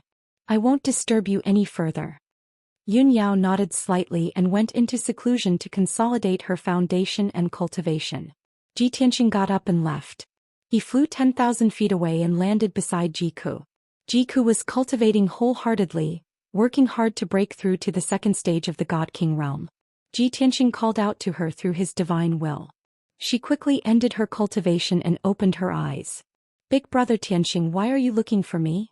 Jiku stared at Ji Tianxing and asked. She knew that unless it was urgent, Ji Tianxing wouldn't disturb her cultivation. As expected, Ji Tianxing smiled and said, I've encountered a troublesome matter and need your help. Jiku nodded without hesitation. Okay, what do I need to do? Ji Tianxing waved his hand and explained, Cuckoo, don't be anxious. Listen to me tell you about the current situation. I'm in Reincarnation Islands Yudu now. I've taken over a hedonistic young master and snuck into the Creation Divine Palace to help Yao Yao obtain the divine bead. He briefly explained the current situation. After Jiku finished listening, she immediately understood what he meant. Big brother Tianxing, you want me to lure away the blood prison marshal and the experts of Yudu to create an opportunity for you to enter the passage between the two worlds? Ji Tianxing nodded and said, that's more or less what I mean. Jiku frowned in confusion and asked, but I'm too weak and haven't shown my face in Yudu. How can I lure away the blood prison marshal? Ji Tianxing smiled and said, if you appear with your true face, you won't attract anyone's attention. With your current strength, it's difficult to stir up any waves. However, you can use Yuanji's identity to lure away those experts. You lure them away from Yudu, and I'll take the opportunity to sneak into the passage between the two worlds with the divine pagoda. When you encounter danger or when the time is right, you can use the phoenix's nest to instantly return to the divine pagoda. Ji Tianxing told her his idea and plan. After saying that, he added worriedly, Cuckoo, there are two problems now. First, can you accept controlling Yuanji's body? Second, do you still remember the phoenix's nest? Phoenix's nest was a divine art that Ji Tianxing had imparted to Ji Wushuang before he ascended to the god realm. Jiku studied it and learned it easily. However, after everyone ascended to the god realm, they never used that divine art again. As a result, Ji Tianxing almost forgot about this secret technique. Jiku thought for a moment and nodded. Brother Tianxing, these are not problems. If you can possess Yuanji, so can I. Besides, I'm also at the first level of the divine king realm. I don't need to suppress my strength and I'm not afraid of being exposed. As for the phoenix's nest, I can return to the divine pagoda at any time even if I don't use this divine art. Ji Tianxing nodded and smiled. I forgot that you are the true master of the 9 heavens 10 absolutes pagoda. Alright, since there's no problem, let's give it a try. Alright. After that, Ji Tianxing brought Jiku out of the distorted space. The two of them appeared in the secret chamber, and Ji Tianxing returned to the appearance of a dragon youth. Jiku left his original body on the 9th level of the divine pagoda and used his divine personality to possess Yuanji's body. Next, Ji Tianxing became the dragon youth that no one knew and Jiku became Yuanji. Ji Tianxing sent a message to Calm Peace Divine King and asked about the situation in the outside world, as well as news about Martial Blood Prison. He also reminded him of a few things. After making sufficient preparations, he took the 9 heavens 10 absolutes pagoda and left the nameless house. Not long after, Jiku took advantage of the quiet night and left quietly. Chapter 3552. 1,000 years ago, Kenshin stayed on Reincarnation Island for a period of time. Although he didn't travel all over Reincarnation Island and didn't know much about it. However, he still knew the location and general situation of the passage between the two worlds. North of Yudu City, there was the abyss of reincarnation 90,000 miles away. In ancient legends, it was the entrance to death and reincarnation. It was very eerie and terrifying. But in reality, those legends could only fool those who didn't know. The top powerhouses all knew that it was actually the passage between the two worlds. After entering the abyss of reincarnation, one could dive to the deepest part of the ground and pass through the passage between the two worlds to reach the mysterious dragon realm. 1,000 years ago, before the god of the underworld unified Reincarnation Island, the passage between the two worlds was controlled by a few ancient clans. In that era, there were still frequent interactions between the god realm and the dragon realm. For example, when Kenshin ascended back then, he first ascended to the dragon realm before returning to the god realm. But now, the passage between the two worlds was controlled by the god of the underworld. Ji Tianxing secretly asked around for a long time, but he didn't hear of any powerhouses from the dragon realm coming to the god realm. He couldn't help but worry. Did the god of the underworld order the passage to be sealed and not allow the passage between the two worlds? After leaving the nameless house, he leisurely traveled through Yudu and headed north. Even though Yudu city was bustling with noise, the people were still discussing the theft of the divine pearl. But all of this had nothing to do with Ji Tianxing. He was now a dragon youth. He was really ordinary and unremarkable. As he walked towards the north city gate, his consciousness secretly paid attention to Jiku's movements. At this moment, Jiku had taken over Yuanji and was silently passing through the night, escaping towards the south city gate. She carefully disguised herself and covered her appearance and face. Ordinary people couldn't recognize her as Yuanji at all. Just like that, she passed through half of Yudu without any danger and arrived at the south city gate. Even though it was late at night, the south city gate was still open. However, there were nearly 100 city guards at the gate, and a divine king realm commander overseeing it. Jiku was initially safe and had not been exposed. A few city guards checked her identity token and casually asked her a few questions before waving their hands to let her go. However, at this moment the guard commander stopped Jiku. Stop. The burly guard commander was wearing a golden dragon chainmail and had a god-slaying saber at his waist. He stared at Jiku with a stern expression and sized him up. Why are you sneaking out of the city alone in the middle of the night? This king finds you suspicious. Immediately take off your cloak and veil. This king wants to examine you carefully. Jiku pretended to be fearful and told a lie that he had long prepared. He stammered, "Sir, I've been poisoned by a strong poison. My face is completely ruined and I've never dared to show my true face. What did I do wrong? Why do you need to check me so carefully?" The guard commander frowned and sneered, "Why do we need to check? A divine item has been stolen from the Imperial Palace, and the Imperial Guards are currently searching for the culprit. Of course, we, the city guards, have to cooperate fully. Don't be so secretive. This king thinks you are very suspicious. Immediately take off your veil and cloak for inspection. Otherwise, this king will arrest you immediately." As he spoke, the guard commander pressed his right hand on the hilt of his saber and exuded a terrifying murderous aura. A few city guards not far away also surrounded them and stared at Jiku with vigilance. Jiku quickly waved his hand and said, "Sir, please calm down. I'll cooperate with the inspection." Then he pretended to take off his veil so that the guard commander would let down his guard. The next moment he suddenly tore off the black veil and threw it at the guard commander. At the same time, her body lit up with a dazzling divine light and she flew out of the city gate at lightning speed. Whoosh! With a flash of fire she flew out of the city gate and escaped into the night at lightning speed toward the south. The guard commander reached out to catch the black veil and stared at Jiku. He frowned and thought for a moment. Suddenly his expression changed drastically. "It's him. It's Yuanji. Catch him quickly. We can't let him escape." Although Jiku had taken off her veil just now, the guard commander had only taken a glance at her. However, the guard commander had seen Yuanji before and recognized him on the spot. Even though he couldn't figure it out, didn't Yuanji escape from Yudu long ago? Why did he appear at this time and escape alone? However, this wasn't important. The guard commander chased after him without hesitation. He would rather kill the wrong person than let him go. Swoosh! He held the god-slaying saber in his hand and chased out of the city gate at lightning speed, rushing south. Immediately, more than 20 of the city guards at the city gate followed him. Moreover, the guard captain hurriedly took out a communication jade scroll and reported this news to his superiors. This was a huge contribution and an excellent opportunity to be promoted.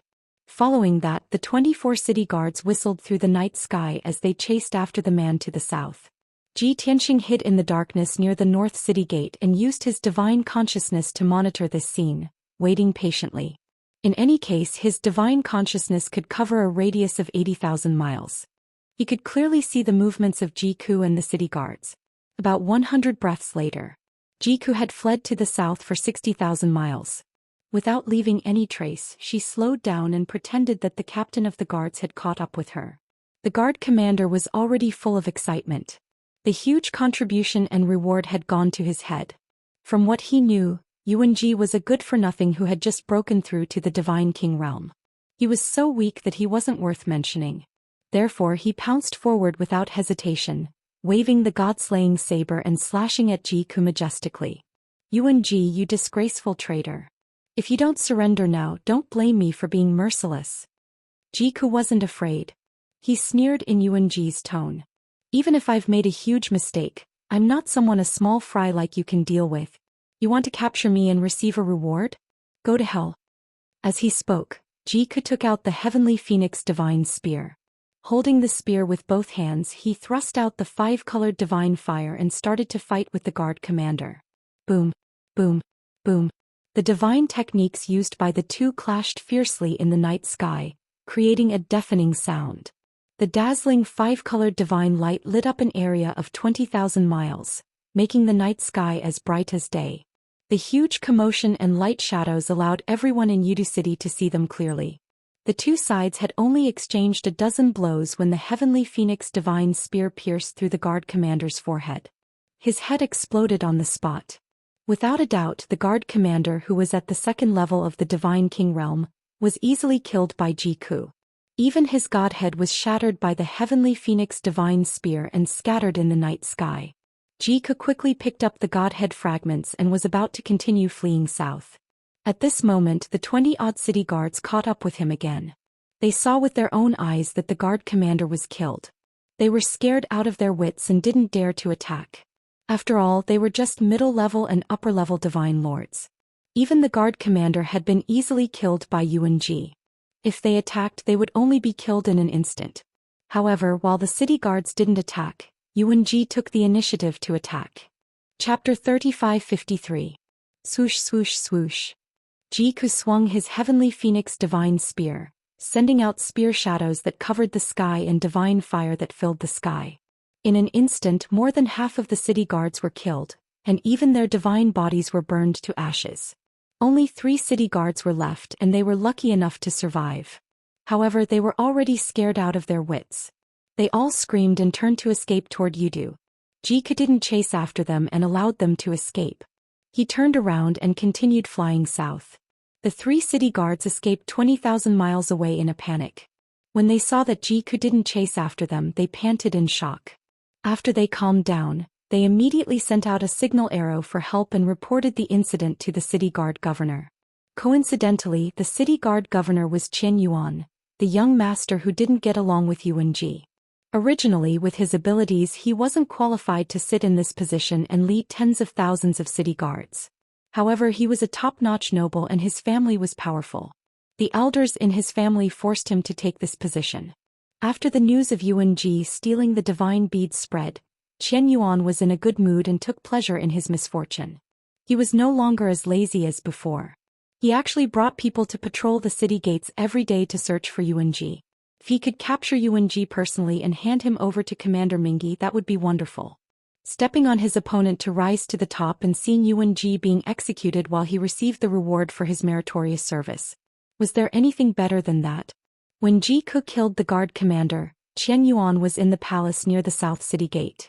He also saw the divine light that filled the sky and heard a loud bang.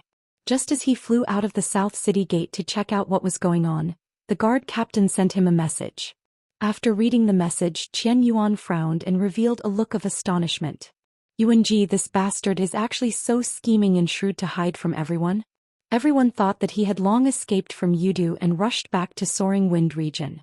Who would have thought that he had been hiding in Yudu all this time? Only now that everyone has let down their guard did he escape in the middle of the night. Luckily, Commander Wang saw the flaw and sacrificed his life to delay Yuanji's footsteps. This prince's chance to make a contribution has come.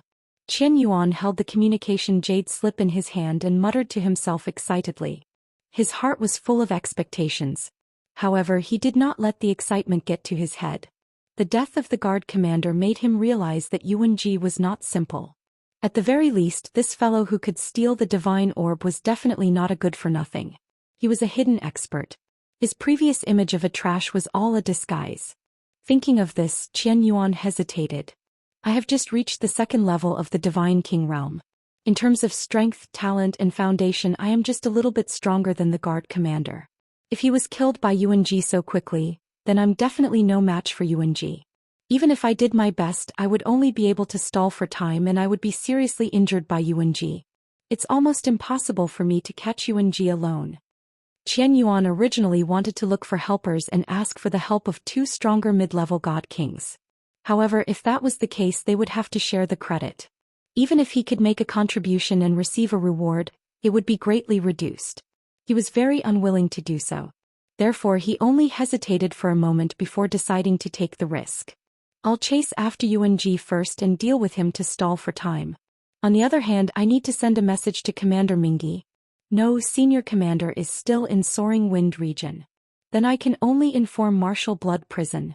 As long as I can stall for time, Martial Blood Prison will arrive, and Yuan will be dead. In this way, the credit will only belong to me and Martial Blood Prison. Martial Blood Prison is a senior expert, a 9th-level god king. He will definitely disdain to snatch the credit from me. Therefore, the credit will still belong to me, haha. Qian Yuan's analysis made him feel enlightened. He admired his own intelligence and wisdom. He was in a good mood and immediately took out the communication jade slip to report the situation to Martial Blood Prison. Then he brought a few guard captains and left Yudu at lightning speed, rushing to the south. Ji Tianqing had been hiding near the North City Gate, secretly observing the situation.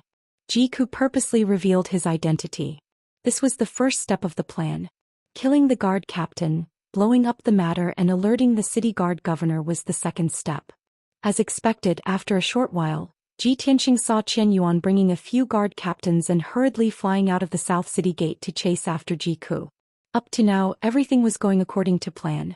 After Jiku killed Qian Yuan, the matter would blow up further. By then, the news of Yuan escaping in the middle of the night would spread.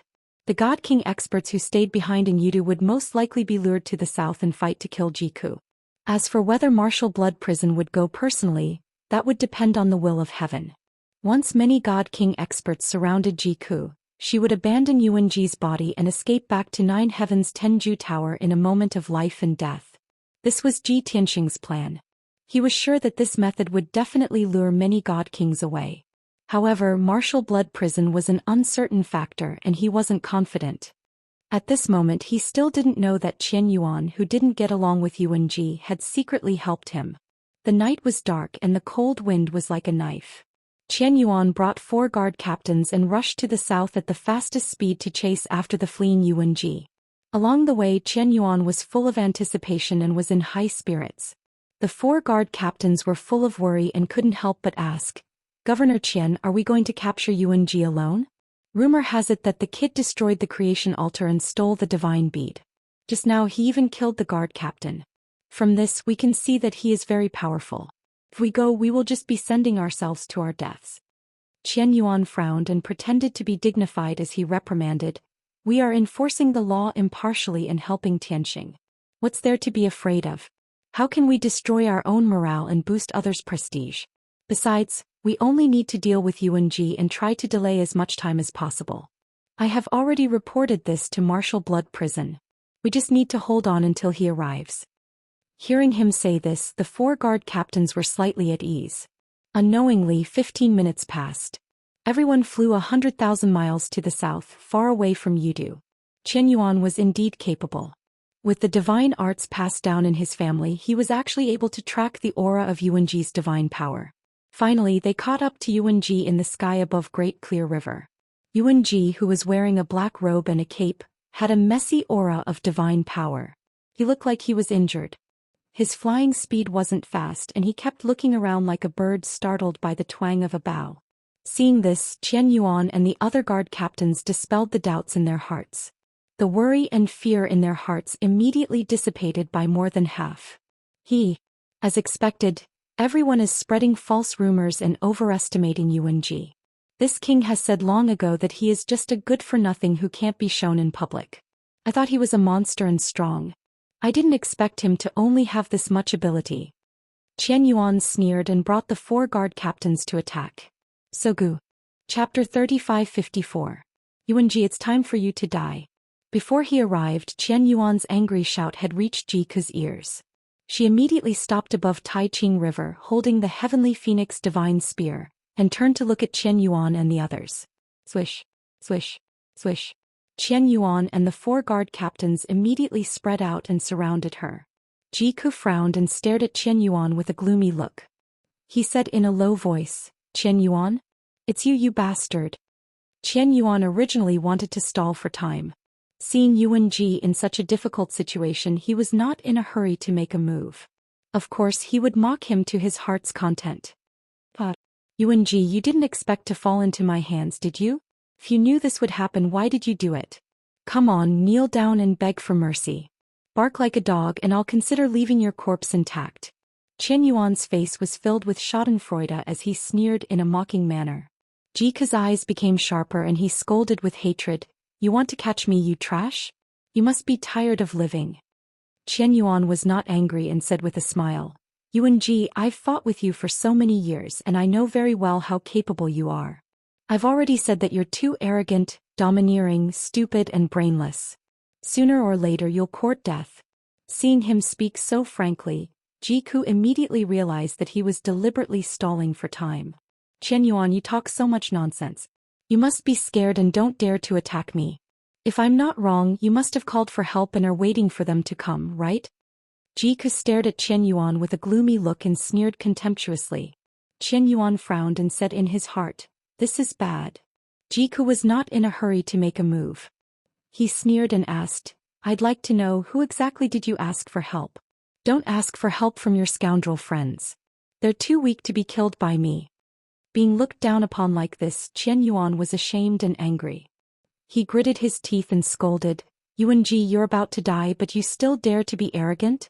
I've already notified the Blood Prison Marshal, and he'll come here soon to take your life personally. If you surrender and beg for mercy now, maybe you can keep your life for the sake of your father. But if you continue to resist, no one can save you. Blood Prison Marshal? Jike's eyes lit up as she thought to herself, great. Qian Yuan, this trash, knows that his strength is not enough but he wants to take all the credit. So he didn't ask for help from others' help and to report directly to Blood Prison Marshal. An expert like the Blood Prison Marshal would not even bother to compete with a junior for credit. But this is also good. Brother Tianxing was worried about not being able to lure the Blood Prison Marshal away. This Qian Yuan is a great help. When Qian Yuan saw that Jike was silent, he immediately revealed a smug sneer. Ha! Yuanji, do you know how serious the situation is now? Hurry up and surrender. Don't dawdle. Blood Prison Marshal will be here soon. Jike's thoughts were interrupted. He sneered and said, Qian Yuan, you're right. Time is of the essence. We can't waste any more time. As soon as she finished speaking, she suddenly unleashed all of her power and waved the Heavenly Phoenix Divine Spear. 5-colored divine flames covered the sky. Go to hell. With her angry roar, thousands of flaming spear lights fell from the sky and enveloped the world. The 5-colored divine flames covered the sky and the sun, sealing off the area and engulfing Qian Yuan and the 4 guard captains. The space instantly turned into a fiery purgatory. Qian Yuan didn't expect that Yuanji would be so crazy and suddenly start a killing spree. Moreover, this guy's strength and magical means were more than 10 times stronger than before. The power was terrifying. Qian Yuan's face was pale. He quickly asked the 4 guard captains to resist. He wanted to retreat as fast as he could to avoid the bombardment of the spear lights and divine flames. Boom, boom, boom. In the next moment, the sky full of spear lights and divine flames fell, bombarding everyone and pouring into the Taiqing River. Immediately, those 4 High Divine Lord Realm Guard captains were blasted into dregs on the spot, then burned to ashes by the divine fire. Under Jike's divine spear, they couldn't even resist one move and were instantly turned into ashes. Even Qian Yuan was hit by dozens of spear lights and flew back while vomiting blood. When he finally stabilized himself after retreating 3,000 miles, he was already in an extremely sorry state. Not only was his divine body injured, but his armor, clothes and hair were also burned. By God! Qian Yuan was shocked as if he had seen a ghost. He couldn't help but exclaim, Why does this trash look like a different person? Has he swallowed the divine fortune bead? It must be so. Otherwise, he couldn't have become so powerful in just a few days. Qian Yuan was so shocked that he didn't care about the death of the 4 guard captains and forgot his mission. Seeing Yuan Ji waving the heavenly phoenix divine spear again, Qian Yuan woke up from his daze and immediately fled in panic. No, this guy is too strong. I can't even stall for time. If I get hit by him a few more times, even if I don't die, my divine body will be destroyed. If his divine body was really destroyed, even if he received any credit or reward, it would still be a huge loss. However, even if Qian Yuan didn't accept the challenge, it was useless to hide and run. Jiku was extremely fast and blocked him in the blink of an eye, waving his divine spear and fiercely attacking. Nirvana Flame. Phoenix Dance 9 Heavens. With a series of angry shouts, the heavenly phoenix divine spear spilled out endless divine flames and thousands of spear lights. The divine flames sealed off the surrounding 20,000 miles. Thousands of spear lights danced like dragons and phoenixes, dazzling and powerful. The ground below was scorched and the Taiqing River evaporated and dried up, turning into a barren land. Qian Yuan took out his life-saving trump card and blocked the attacks in a wretched state. Unfortunately, he could only block a dozen moves before his life-saving mid-grade king-grade divine weapon was smashed into pieces and burned into scrap metal. Next, his doomsday arrived. Dozens of flaming spear lights struck him and turned him into dregs on the spot. The pieces of his divine body that fell from the sky were burned into ashes by the divine flames and scattered among the scorched earth. When the battle ended, there were only a dozen shards of godhood floating down from the night sky. Swoosh. Jiku put away his heavenly phoenix divine spear and waved his hand to grab the shards of godhood, putting them into his spatial ring. She knew that Ji Tianxing had the divine art of devouring, and he could devour the shards of godhood to raise his abilities quickly. Even though Qian Yuan's abilities were very weak, no matter how small a mosquito's leg was, it was still meat. These shards of godhood couldn't be wasted. Soon, the flames in the sky dispersed and the night sky regained its silence. Jiku stood in the night sky with heavenly phoenix divine spear in his hand as he looked in the direction of Yudu. Looking at the time, Martial Blood Prison should be here by now, right? As long as he chases after me, I'll just have to run south for a distance and complete my mission. Book Guest House Reading Website. Chapter 3555. Jiku was filled with hope as she flew south at a moderate pace, waiting for the arrival of Blood Prison Marshal. She thought to herself that Qian Yuan was the city guard's governor and was considered a person of high status. He personally sent a message to Blood Prison Marshal, saying that he had discovered Yuan Ji and was pursuing him with all his might. Logically speaking, Blood Prison Marshal shouldn't ignore it and would most likely take action personally. As long as Blood Prison Marshal left Yudu, Ji Tianxing could head to the passage between the two worlds without worry. Taking a step back, a strong practitioner like Blood Prison Marshal might send a clone to capture Yuan Ji. This was also good. At least he could confirm the location of Blood Prison Marshal. As long as he wasn't near the passage between the two worlds, even if he stayed in Yudu City, it wouldn't affect Ji Tianxing's plan. In short, Jiku felt that she was very close to success. At this moment, she had already traveled hundreds of thousands of miles south and had long exceeded the range of Ji Tianxing's divine consciousness. Ji Tianxing was still at the north city gate of Yudu, patiently waiting for news. In order not to make him worry, Jika sent him a message to explain the situation as she hurried along. Brother Tianxing, I've already followed the plan and killed the guard commander and Governor Qian Yuan one after another. The commotion from the battle should have alarmed the God King powerhouses in Yudu City. There's good news that we didn't expect. Qian Yuan only brought a few guard captains to capture me. He wants to take all the credit for himself, so he sent a message to Blood Prison Marshal for help. If nothing unexpected happens, the Blood Prison Marshal should come after me. Prepare to leave the city and head north. Don't worry about me, I'll evacuate in time.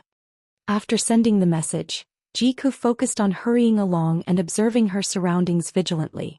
Blood Prison Marshal's strength was too strong. She was also worried that he would approach silently and instantly capture her. If that happened, she wouldn't even have a chance to escape. That would be a tragedy. Unknowingly, another 100 breaths passed. Jika slowed down again and turned her head to look back from time to time. However, the night sky was as dark as ink, and there was no trace of Blood Prison Marshal. Strange, why hasn't Blood Prison Marshal appeared yet? Could he not be in Yudu? Or is he cultivating in seclusion, ignoring the affairs of the outside world? So much time had passed, and with Blood Hell Marshal's speed, it would be enough for him to make 2 round trips. Jiku wasn't worried that the Blood Hell Marshal would lose him. A godly monarch expert at that level had terrifying means of tracking divine power auras. Since that was the case, there were only 2 possibilities. Blood Prison Marshal wasn't in Yudu or cultivating in seclusion. Of course, this was good news for Jiku. At the very least, the Blood Prison Marshal would not affect Ji Tianxing's plan. Thinking of this, Jiku decided to send a message to Ji Tianxing to discuss a countermeasure. But at this moment, a dazzling divine light shone in the northern night sky. 7 or 8 figures streaked across the night sky as fast as lightning as they sped over. Jiku suddenly saw hope. His originally dim eyes immediately lit up. Is it finally here? Even though she had sensed the aura of a God King expert, she was unable to do so. But she vaguely felt that something wasn't right. Logically speaking, a powerhouse like the Blood Hell Marshal should be a lone wolf. Why would he travel together with so many helpers? Reality proved that Jiku's guess was right. She pretended to escape for a while, but her speed was too slow. Soon she was stopped by the 8 godly monarchs. With her front, back, left, and right blocked, she could only stop in the night sky and sweep her cold gaze across everyone. What she saw were unfamiliar faces. These 8 godly monarchs were mostly dressed luxuriously and had dignified auras. It was obvious that they held high positions. Among them, there were 6 middle-level godly monarchs and only 2 high-level godly monarchs. The weakest was at the 5th level of the godly monarch realm, and the strongest was at the 8th level of the godly monarch realm. Jiku looked around and his gaze landed on the 8th level godly monarch realm elder. This person was wearing pitch-black divine armor and a square divine crown. His tall and burly body emitted an iron-blooded murderous aura. Jiku wondered if this person could be the Blood Hell Marshal, since he was wearing battle armor and emitting a dense murderous aura. She wasn't like Ji Tianxing, who had refined Yuanji's godhead and merged with Yuanji's soul memories. Even if she stared at the black-armored elder, she wouldn't be able to recognize him. However, most of these 8 godly monarchs knew Yuanji. They surrounded Jiku and looked at him calmly as they tried to persuade him. Yuanji, you've been hiding for so many days. You've finally revealed yourself tonight. Yuanji, you can't escape even if you have wings. Stop wasting time and surrender to be judged. Yuanji, surrender obediently. Everyone thought that you had escaped back to the Soaring Wind region. Who would have thought that you were hiding in Yudu City until tonight? Brat, you've really made us look at you in a different light. The godly monarchs tried to persuade him. Some of them sounded regretful, some were gloating, and some were confused. However, Jiku ignored them and only stared at the black-armored elder. He was the leader of the 8 godly monarchs, and the other 7 respected him. When everyone stopped talking, the black-armored elder looked at Jiku and said regretfully, Yuanji, you've really disappointed me. You're the descendant of a loyal general. How could you do such a disgraceful thing? Although I've been through life and death with your father, I can't be biased in this matter. I can only follow the marshal's orders and deal with it impartially. Hearing his words, Jiku was instantly filled with disappointment. Obviously, this black-armored elder wasn't the Blood Hell Marshal. Jiku frowned and asked, You are? The black-armored elder said faintly, I'm one of the 6 reincarnation divine generals under the command of the Blood Hell Marshal. When I fought on the battlefield with your father and killed Kenshin in the Outer Realm, you weren't even born yet. Jiku frowned again and a cold glint flashed in his eyes. He said coldly, So, the Blood Hell Marshal stayed in Yudu City and didn't want to show himself, so he only sent you guys? Although the plan had failed, she still wanted to find out about the Blood Hell Marshal's whereabouts. The black-armored elder frowned and sneered. Yuanji, even if you have some ability, you're still weak in our eyes. You're not worthy of the Marshal's attack. I and these godly monarchs can easily capture you. Alright, don't waste time. Surrender quickly. After pausing for a moment, he added, On account of my friendship with your father, I'll give you some advice and point you in the right direction. After I take you back, you'll take the initiative to return the divine bead and cooperate with the investigation and interrogation. You have to admit that you did this alone and don't drag your father into it. Then get your father to make a trip to Yudu and plead with the Marshal personally. Only then will you have a chance to live. Chapter 3556. If Jiku were Yuan-ji, she would naturally thank the black-armored elder. After all, he was telling the truth and it was the best way to lessen her punishment. However, Jiku was not Yuan-ji. Therefore she chose to fight back. Only by doing so could she have a chance to escape. Thank you for your kindness, but I will never surrender. Jiku shouted coldly. She waved the heavenly phoenix divine spear and charged toward the southwest. There were only 2 mid-level godly kings guarding that direction. It was a breach in the encirclement. Phoenix dances in the 9 heavens. Boundless sea of fire. Jiku waved her divine spear and shot out hundreds of flaming spear shadows toward the 2 godly kings. At the same time she released a vast amount of 5-colored divine fire, which swept toward them like a flood. The 2 god kings immediately acted as if they were facing a great enemy. They hurriedly took out their divine weapons and resisted with all their might. However, the black-armored elder and the other godly kings did not take her attack seriously. They all sneered contemptuously. You're throwing an egg at a rock. Yuan-ji, you have a way out. Why are you digging your own grave? Idiot. Are you tired of living? Since you don't want to surrender, we can only take you back. Yuan-ji, we have to thank you. If you don't fight back, how can we do anything? As the godly kings spoke, they waved their divine weapons and used all kinds of divine skills to attack Jiku. The black-armored elder was too proud to attack. After all, the other 7 godly kings were enough to capture or even kill Yuan-ji. Boom, boom, boom, boom, boom, boom. In the next moment, the divine skills collided with each other, creating an earth-shattering sound that spread for tens of thousands of miles. Jiku's spear shadows and divine fire were not only blocked by the godly kings, but they also dissipated. Without waiting for her to cast another spell, the divine kings used their divine abilities and ultimate skills to launch a counterattack. Swoosh, swoosh, swoosh. 5-colored divine light, ice and fire poured down like a flood, drowning Jiku. Without a doubt, the combined attack of 7 god kings could immediately kill her. At this critical moment, she put away the heavenly phoenix divine spear without hesitation and gave up on Yuan-ji's divine body.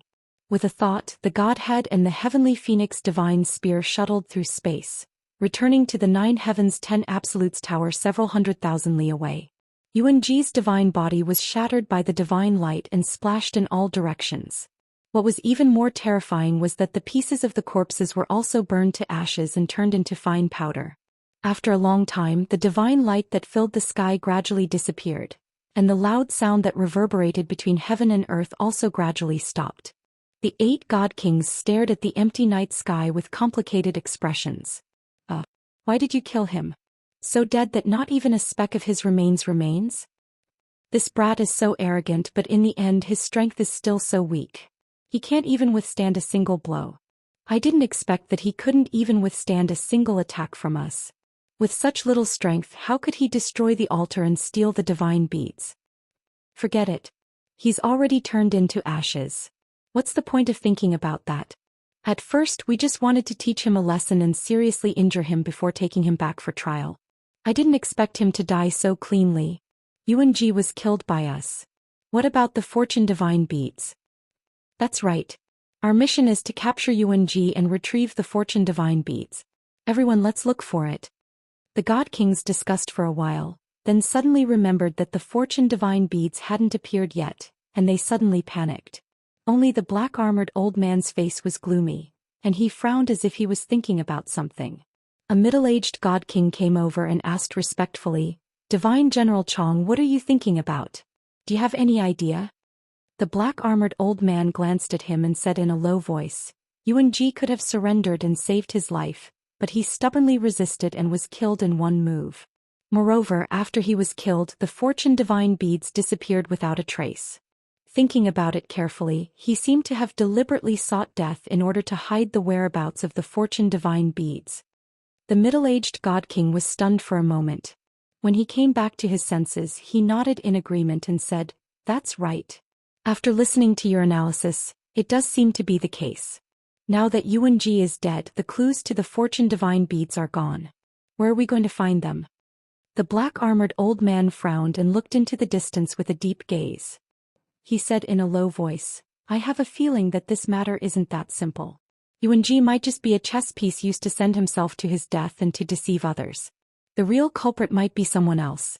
Whoever has the fortune divine beads is the mastermind behind all this. The middle-aged god king nodded in agreement again and praised sincerely. The older the ginger, the spicier it is. As expected, you see things more clearly. Divine General Chong, what should we do next? The black-armored old man thought for a moment and said in a low voice, if we continue to investigate, I'm afraid it will implicate important people. Let's just report it to the marshal and ask him and the commander to make a decision. The other god kings wanted to search for the fortune divine beads. After hearing the black-armored old man's analysis, everyone stopped searching and returned to his side. After he made his decision, everyone agreed and followed him back to Yudu City in a courtyard near the North City Gate. Ji Tianxing was in the darkness, silently waiting for news. Suddenly he felt the aura of the 9 Heavens 10 Absolutes pagoda fluctuate. He immediately realized that Jiku had abandoned Yuanji's body and returned to the interior of the pagoda. As expected, Jiku's godhead returned to the 9th level of the pagoda and burrowed into her main body that had been sleeping in the sea of fire. The 9th level was filled with nirvana flames and was a boundless sea of fire. Only Jiku could enter and exit at will. After her godhead returned to its original position, everything returned to normal. When Ji Tianxing saw this scene with his divine sense, he hurriedly contacted her through voice transmission. After 2 breaths, Jiku responded. Brother Tianxing, I was surrounded by 8 god kings and escaped in the chaos. Yuanji's body should have been destroyed by them and turned into ashes. After all, those 8 guys were middle and high-level god kings. Hearing this, Ji Tianxing frowned and asked doubtfully, 8 god kings? Is it not Blood Prison Marshal? He didn't show up? Jiku sat cross-legged in the sea of fire and adjusted her breathing. She replied, Blood Prison Marshal received Qian Yuan's message and knew what happened. However, he didn't show up and only sent Divine General Reincarnation and 7 god kings. It's just capturing Yuanji, those 8 god kings are more than enough. Ji Tianxing said with some regret. In that case, we still can't confirm the location and traces of Blood Prison Marshal? Jiku was silent for a moment before saying bitterly, but one thing is certain, Blood Prison Marshal isn't cultivating in seclusion. He can receive messages at any time. Once something more important happens, it is possible that he will appear. Ji Tianxing weighed the pros and cons for a moment before making up his mind. No matter what, tonight is the best chance for me to take action. I can't wait any longer. Bookhouse Reading Website. Chapter 3557. Ji Tianxing's analysis was right. For the past few days, the strong practitioners of Yudu City had been attracted by the theft of the divine bead, and their attention was on this matter. They naturally didn't pay much attention to the abyss of reincarnation and the passage of 2 worlds. However, Yuanji had just been killed, and this matter would soon pass and everyone's attention would be diverted. Once this matter passed, it would be more difficult for him to sneak into the passage of 2 worlds again. Furthermore, Commander Mingi would return to Yudu in another 2 days. No matter how he looked at it, tonight was the best time to head to the abyss of reincarnation. Ji Tianxing made up his mind and walked out of the darkness. He left the house and walked towards the North City Gate. At this time it was already the 5th day of the night and dawn was about to arrive. The North City Gate was open and there were close to 100 city guards guarding it. There was also a Divine King Realm commander overseeing it. There weren't many people entering and exiting the city gate. Occasionally there would be 2 or 3 people walking in groups. Ji Tianxing walked to the city gate at a moderate pace. He took out his identity token and accepted the interrogation of the city guards. Then he was allowed to enter. From the beginning to the end, no one took a second look at him and no one doubted him. After all, he was now Long Tian, an ordinary youth of the dragon race. This was his name in the dragon realm in his previous life. The old dragon gave him this name. After exiting the North City Gate, Ji Tianxing flew into the night sky and headed north at lightning speed. The abyss of reincarnation, to be precise, was in the northwest of Yudu City. It was hundreds of thousands of miles away. Ji Tianxing quickly crossed mountains, forests and plains. After 15 minutes he arrived near the abyss of reincarnation. This abyss was in the depths of the mountains in a huge canyon surrounded by clouds and mist. It was surrounded by majestic mountains that were thousands of feet tall. The canyon was covered by gray clouds all year round. At first glance, the gray fog did indeed look like the aura of death. Near the abyss of reincarnation, Ji Tianxing became much more cautious. Seeing that there was no one around, he used his invisibility divine art and quietly passed through the gray fog, entering the canyon. In the middle of the canyon was an abyss with a radius of hundreds of miles. It was like a bottomless pit. On the ground around the abyss, 9 sacrificial altars were built. There were hundreds of guards guarding each one. The 9 sacrificial altars were operating, releasing countless strands of 5-colored divine light that extended to the sky above the abyss. Billions of 5-colored divine light rays condensed into a defensive light barrier that was hundreds of miles in radius, like a huge bowl that was upside down. Obviously, the entrance to the abyss of reincarnation was sealed. If he wanted to enter the abyss, he had to either break the sealing divine formation or get the token from Commander Styx and the Blood Hell Marshal. Of course, the latter was out of the question. Ji Tianxing only had one choice, and that was to break the divine array. Reincarnation of reincarnation of reincarnation.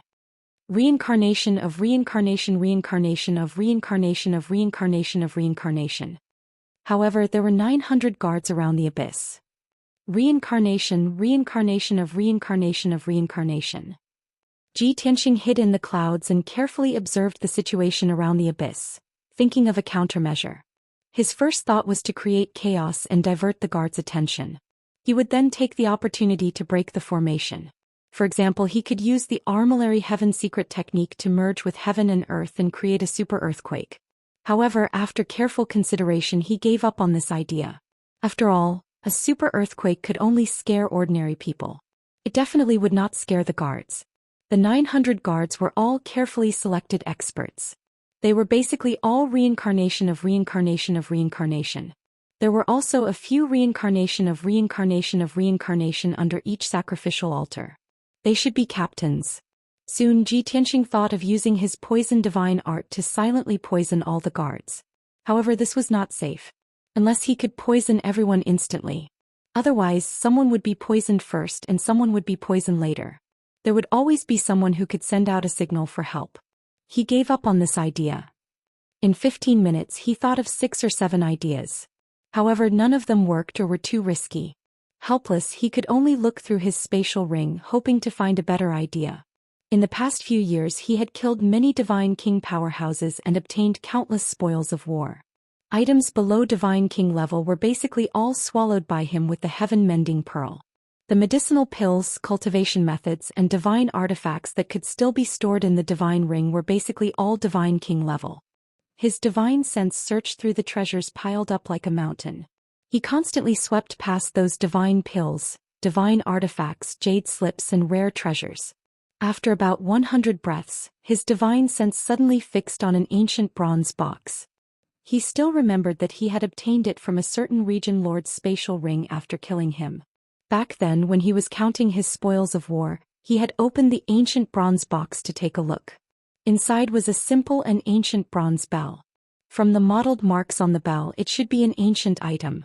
At that time he took the bronze bell and studied it. He discovered that this item could release the soul-suppressing divine sound. It was a very obscure king-level divine artifact. Although the bronze bell was a king-level middle-grade divine artifact, its effect did not have any killing power. It was very difficult to use it. But now it finally had a chance to use it. Ji Tianxing took out the ancient bronze box from the divine ring and took out the bronze bell mottled with copper rust. I'll call you the soul-suppressing bell for now. I hope you don't disappoint me. He held the soul-suppressing bell with both hands and muttered to himself. His eyes were filled with anticipation. Then he formed a divine seal with his left hand and held the soul-suppressing bell with his right hand. He poured in boundless divine power and began to shake it rhythmically. The dim soul-suppressing bell immediately became lustrous with green light as if it had come alive. Ding, ding, ding. Clear and melodious, distant and ethereal sounds came from the soul-suppressing bell one after another. The strange thing was that the sound of the bell was very soft. Only within a 10-step radius could one hear it with their ears. But Ji Tianxing sensed that the soul-suppressing bell was emitting rings of formless ripples that spread in all directions and enveloped the entire canyon. Those formless ripples had a mysterious and powerful soul-suppressing power. Even he, a middle divine king, was slightly careless and his divine soul was suppressed, his consciousness becoming somewhat muddled. But he immediately realized that something was wrong and aimed the soul-suppressing bell at the abyss below. Ding ding. Ding ding ding. The soft bell sounds continued to sound out. The formless soul-suppressing ripples also spread out very rhythmically. Very soon Ji Tianxing saw the effect. Under the sacrificial altars around the abyss, those 900 Divine Lord Realm Guards were still standing like statues before, appearing to be in high spirits, mighty and dignified. After being enveloped by the formless soul-suppressing ripples, those guards all staggered left and right, squatting on the ground in a daze. Many guards with weak divine souls directly collapsed on the ground, falling into a deep sleep. In a short few breaths, the 900 guards virtually all collapsed. Only a dozen or so high divine lord realm captains were still barely holding on. Of course, their footsteps were also staggering and drowsy, unable to muster up any divine power at all. Book Guest Residence Reading Website. Chapter 3558. What's going on? What happened? Why did everyone fall asleep? This wouldn't happen for no reason. There must be a problem. The guards around the abyss had all fallen into a deep sleep and were unconscious. A few of the guard captains could still stay awake. They were barely hanging on as they discussed in a panic. However, they didn't know what had happened, nor did they know how to solve the problem. Someone wanted to send a message for help, but he didn't have time to take out his communication jade slip before he fainted. Of course, even if they took out their communication jade slip, they didn't know how to report it. Should they report to their superiors that they had been attacked? They didn't even see the enemy's shadow. Moreover, the attack had happened without warning. Just like that, a few of the guard captains held on for a while before they closed their eyes and fell to the ground. In an instant, the abyss became silent. All the guards had fallen into a deep sleep and were lying on the ground. It was a strange scene. Ji Tianxing didn't dare to waste any time. He quickly put away the requiem bell and flew near the ceiling array. He began to observe the array and find a way to break it. This was the first time he had used the requiem bell. He couldn't estimate its effects and duration. The 900 guards might be asleep for a day or two. In short, they wouldn't be asleep for too long. If it was more than a day and a night, the divine kings guarding the passage between the two worlds at the bottom of the abyss would also notice the abnormality. Ji Tianxing had to break the ceiling array in front of him within a limited time. Damn it, another supreme grade king array. After seeing the structure and veins of the array, Ji Tianxing frowned. A sinister look flashed across his eyes. Originally, a supreme grade king array was nothing. However, the ceiling array in front of him was formed by the divine power of the 9 altars. It was one of the most complicated arrays. Even a top array expert like Ji Tianxing would find it difficult to break it in a day. However, there was no turning back. Since he had already taken down 900 guards, he could only try his best to break the array. Time passed silently. Ji Tianxing stared at the ceiling array with all his attention. His eyes shone with a golden light. He could see the hundreds of millions of veins of the array clearly. His mind was also working at a terrifying speed. He tried his best to analyze the array's veins and deduce a way to break it. 2 hours, 4 hours, 6 hours. Before he knew it, 12 hours had passed. It was already dusk. The sun was on its way. Night was on its way. It was very dark in the canyon. The 900 guards were still lying under the altar, still in a comatose state. However, Ji Tianxing think the requiem bell's effect. Around midnight, the guards would gradually wake up. Fortunately, no one entered the canyon during the day. Just based on this point alone, the heavens were already looking out for him. Otherwise, if any random passerby saw that all of the guards had fainted, they would surely spread the news. Why is it so complicated? The structure of this divine array is perfect. I can't find a way to break it. This is definitely not the work of the Blood Hell Marshal or Commander Styx. It must be the work of the god of the underworld. Ji Tianxing's heart was filled with anxiety as he muttered to himself. Beads of sweat appeared on his forehead. He had never seen the god of the underworld since his rebirth. But he had already fought with the god of the underworld once and won. He had successfully stolen the creation divine pearl. This was the second time. He wasn't confident yet. Very quickly another 4 hours passed. It was late at night. Deep into the night, thick gray clouds shrouded the Grand Canyon. The canyon was as dark as ink. Only the 9 altars flickered with a faint 5-colored divine light. Ji Tianxing was still focused on observing the ceiling array. He kept changing his position to find a way to break the array. Unfortunately, he still couldn't find a way to break it. He had failed several times. The only thing that comforted him was that he finally found a weak point in the divine array. It was at the northwest edge of the abyss. He relaxed a little. He raised his sleeve to wipe the sweat on his pale cheeks. He turned his head to look at the situation around the abyss. He saw that the guards under the 9 altars were showing signs of waking up. More than a dozen guard captains were unconsciously twisting and stretching their bodies. Some of them were even groaning in pain. Based on this situation, they would wake up in at most an hour. Ji Tianxing became even more anxious. No, there's not enough time. Not to mention that he hadn't perfected the method to break the array. Even if it would be too late to use it. He would need at least 6 to 8 hours to break the array. By then the guards would have woken up. Before he could break the divine array, the 900 guards would attack him and tear him to pieces. There was less than an hour left. What should he do? Was he going to waste all his efforts? Ji Tianxing frowned and weighed his options anxiously. At this critical moment he became calmer and more decisive. After a few breaths he made a risky decision. It's too late to break the divine array. In this situation I can only aim at the weak point of the divine array and break it with brute force. With my current strength, if I use all my trump cards and go all out, there might be some hope. This is the only way. After making up his mind, he started to act. Swoosh. He flew across the dark night sky and came to the northwest edge of the abyss. He stared at the weak point of the 5-colored light shield. He took out the burial of heaven and used the celestial dragon tyrant body. Swoosh. As the dazzling golden light flashed, he turned into a giant god in golden armor. His body was covered with dragon scales and there was a dragon horn on his forehead. He looked exactly like a dragon. After the transformation, his combat strength increased by 7 times. His body surged with a violent aura that could destroy the world. He held the burial of heaven with both hands and injected endless divine power into it. He let the burial of heaven cooperate with him to erupt with the fiercest and most violent power. But this was not enough. He borrowed the power of the 5 elements world and used his trump card, the Sword of Annihilation. Open for me.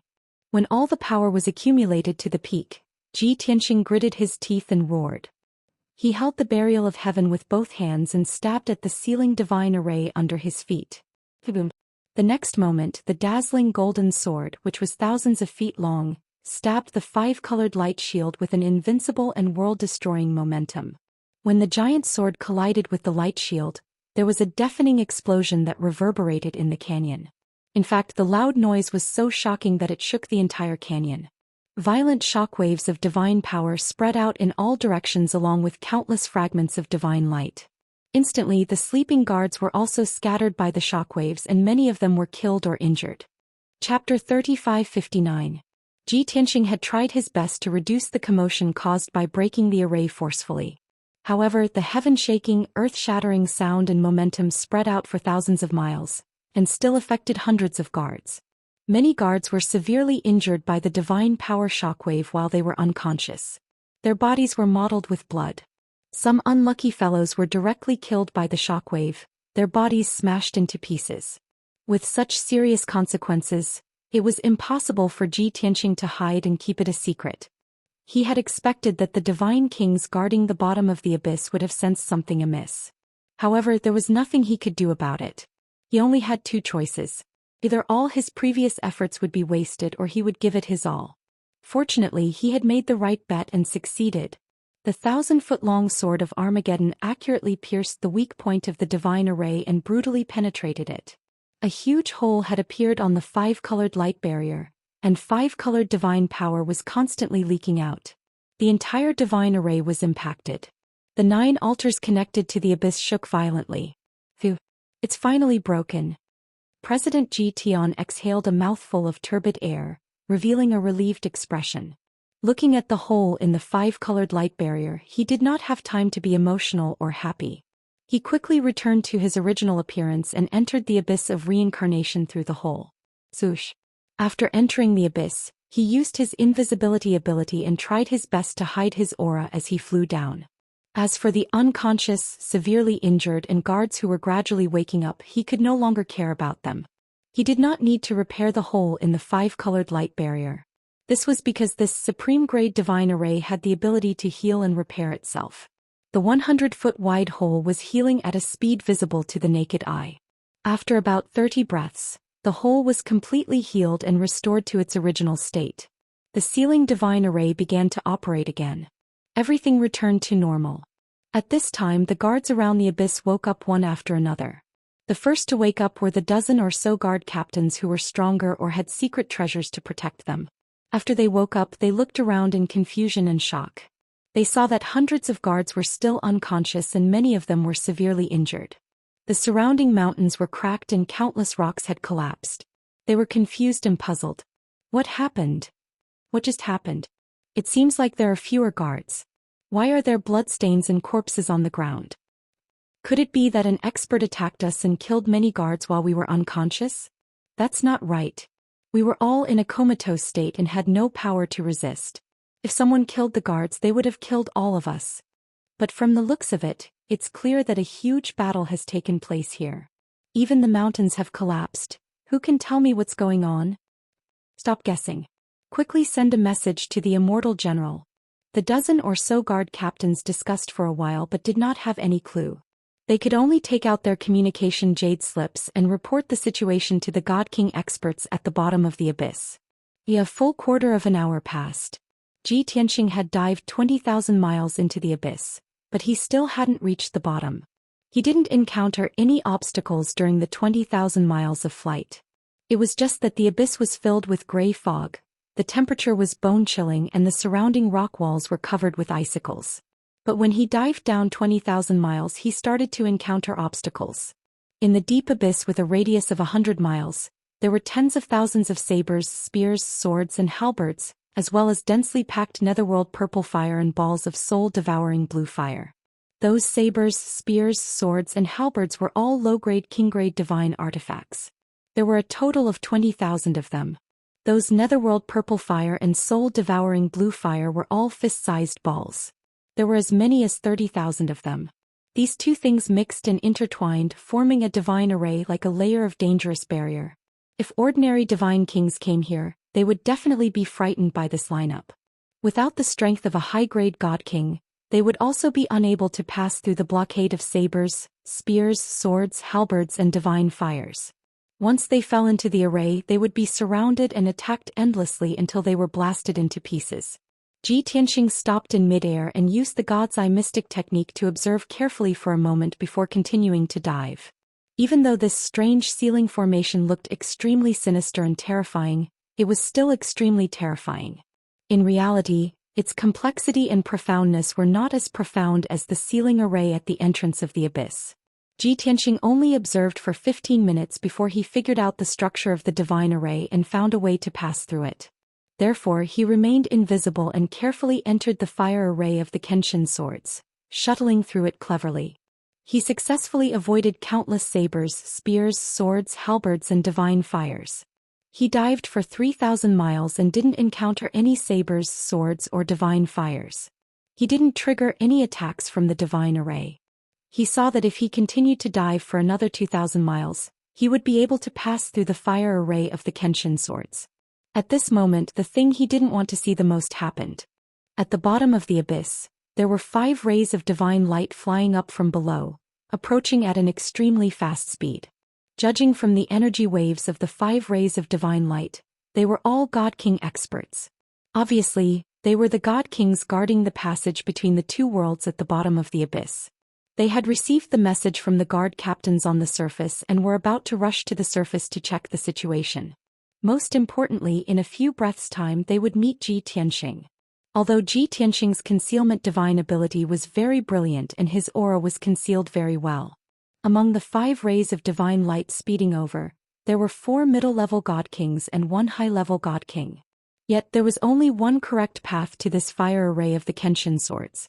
If he took a wrong step, he would trigger the divine array and be attacked by sabers, spears, swords, halberds, and divine fires. Those 5 god kings guarding this place naturally knew the correct path. Therefore, if Xianxia didn't avoid them, he would definitely meet them head-on. both sides would brush past each other in the space of 2 feet.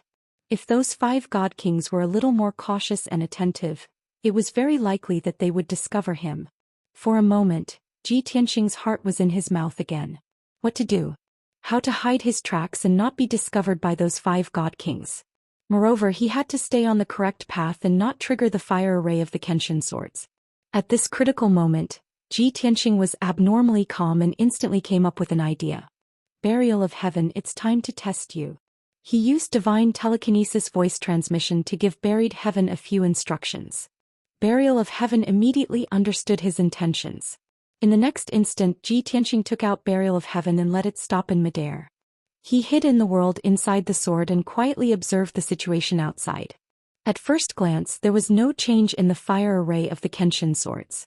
Burial of Heaven was mixed in with countless sabers, spears, swords, halberds, and didn't feel out of place and didn't attract any attention.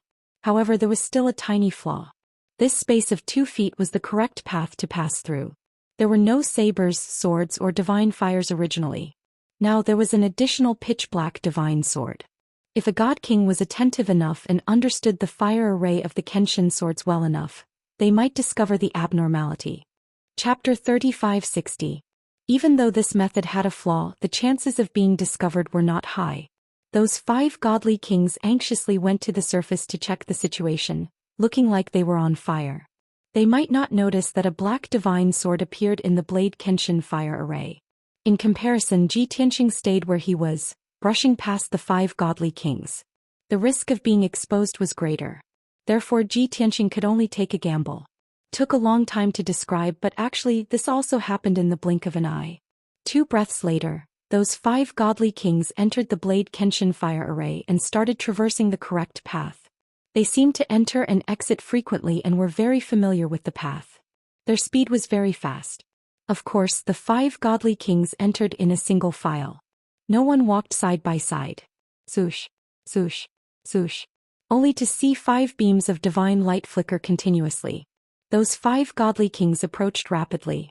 In a short 6 breaths, they traversed 2,000 miles and arrived in front of the Sword of Burial of Heaven. At this time, Ji Tianxing's heart also leaped to his throat. The critical moment had arrived. Whether or not he could hide from these 5 godly kings, success or failure depended on this one move. Swoosh. The first godly king in the lead arrived in front of the Sword of Burial of Heaven. This person was a middle-aged divine race member with grizzled temples. He wore the Star Ink Cloud divine armor. His face was resolute and cold, and his entire body was suffused with cold-killing intent. Furthermore, this person was also the strongest among the 5 godly kings, reaching the 8th level godly king realm. His expression was dark, and his eyes revealed a look of anxiety and anger. He was currently thinking about something in his mind. Towards the Sword of Burial of Heaven beside him, he did not even have the interest to take a second look. He brushed past the Sword of Burial of Heaven. Immediately after, the second godly king also arrived in front of the Sword of Burial of Heaven. This was a guy whose looks and strength were more average. He only had 5th level godly king realm strength. He followed the leader expressionlessly, looking like he was not worried about anything and was only loyal to orders. Without a doubt, he also did not notice the Sword of Burial of Heaven and brushed past it.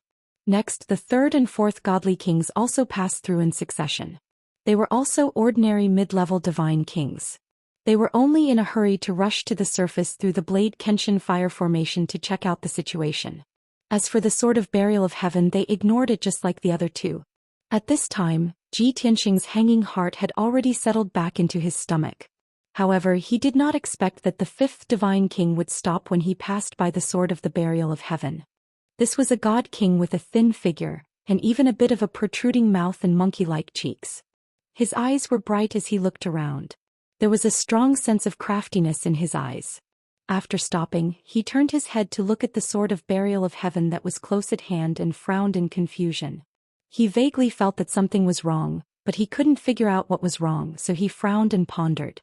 The 4 god kings in front had already flown 100 kilometers upwards. Noticing that the 5th god king didn't follow, one of them hurriedly shouted, "Skinny monkey, what are you standing there for? Why aren't you following?"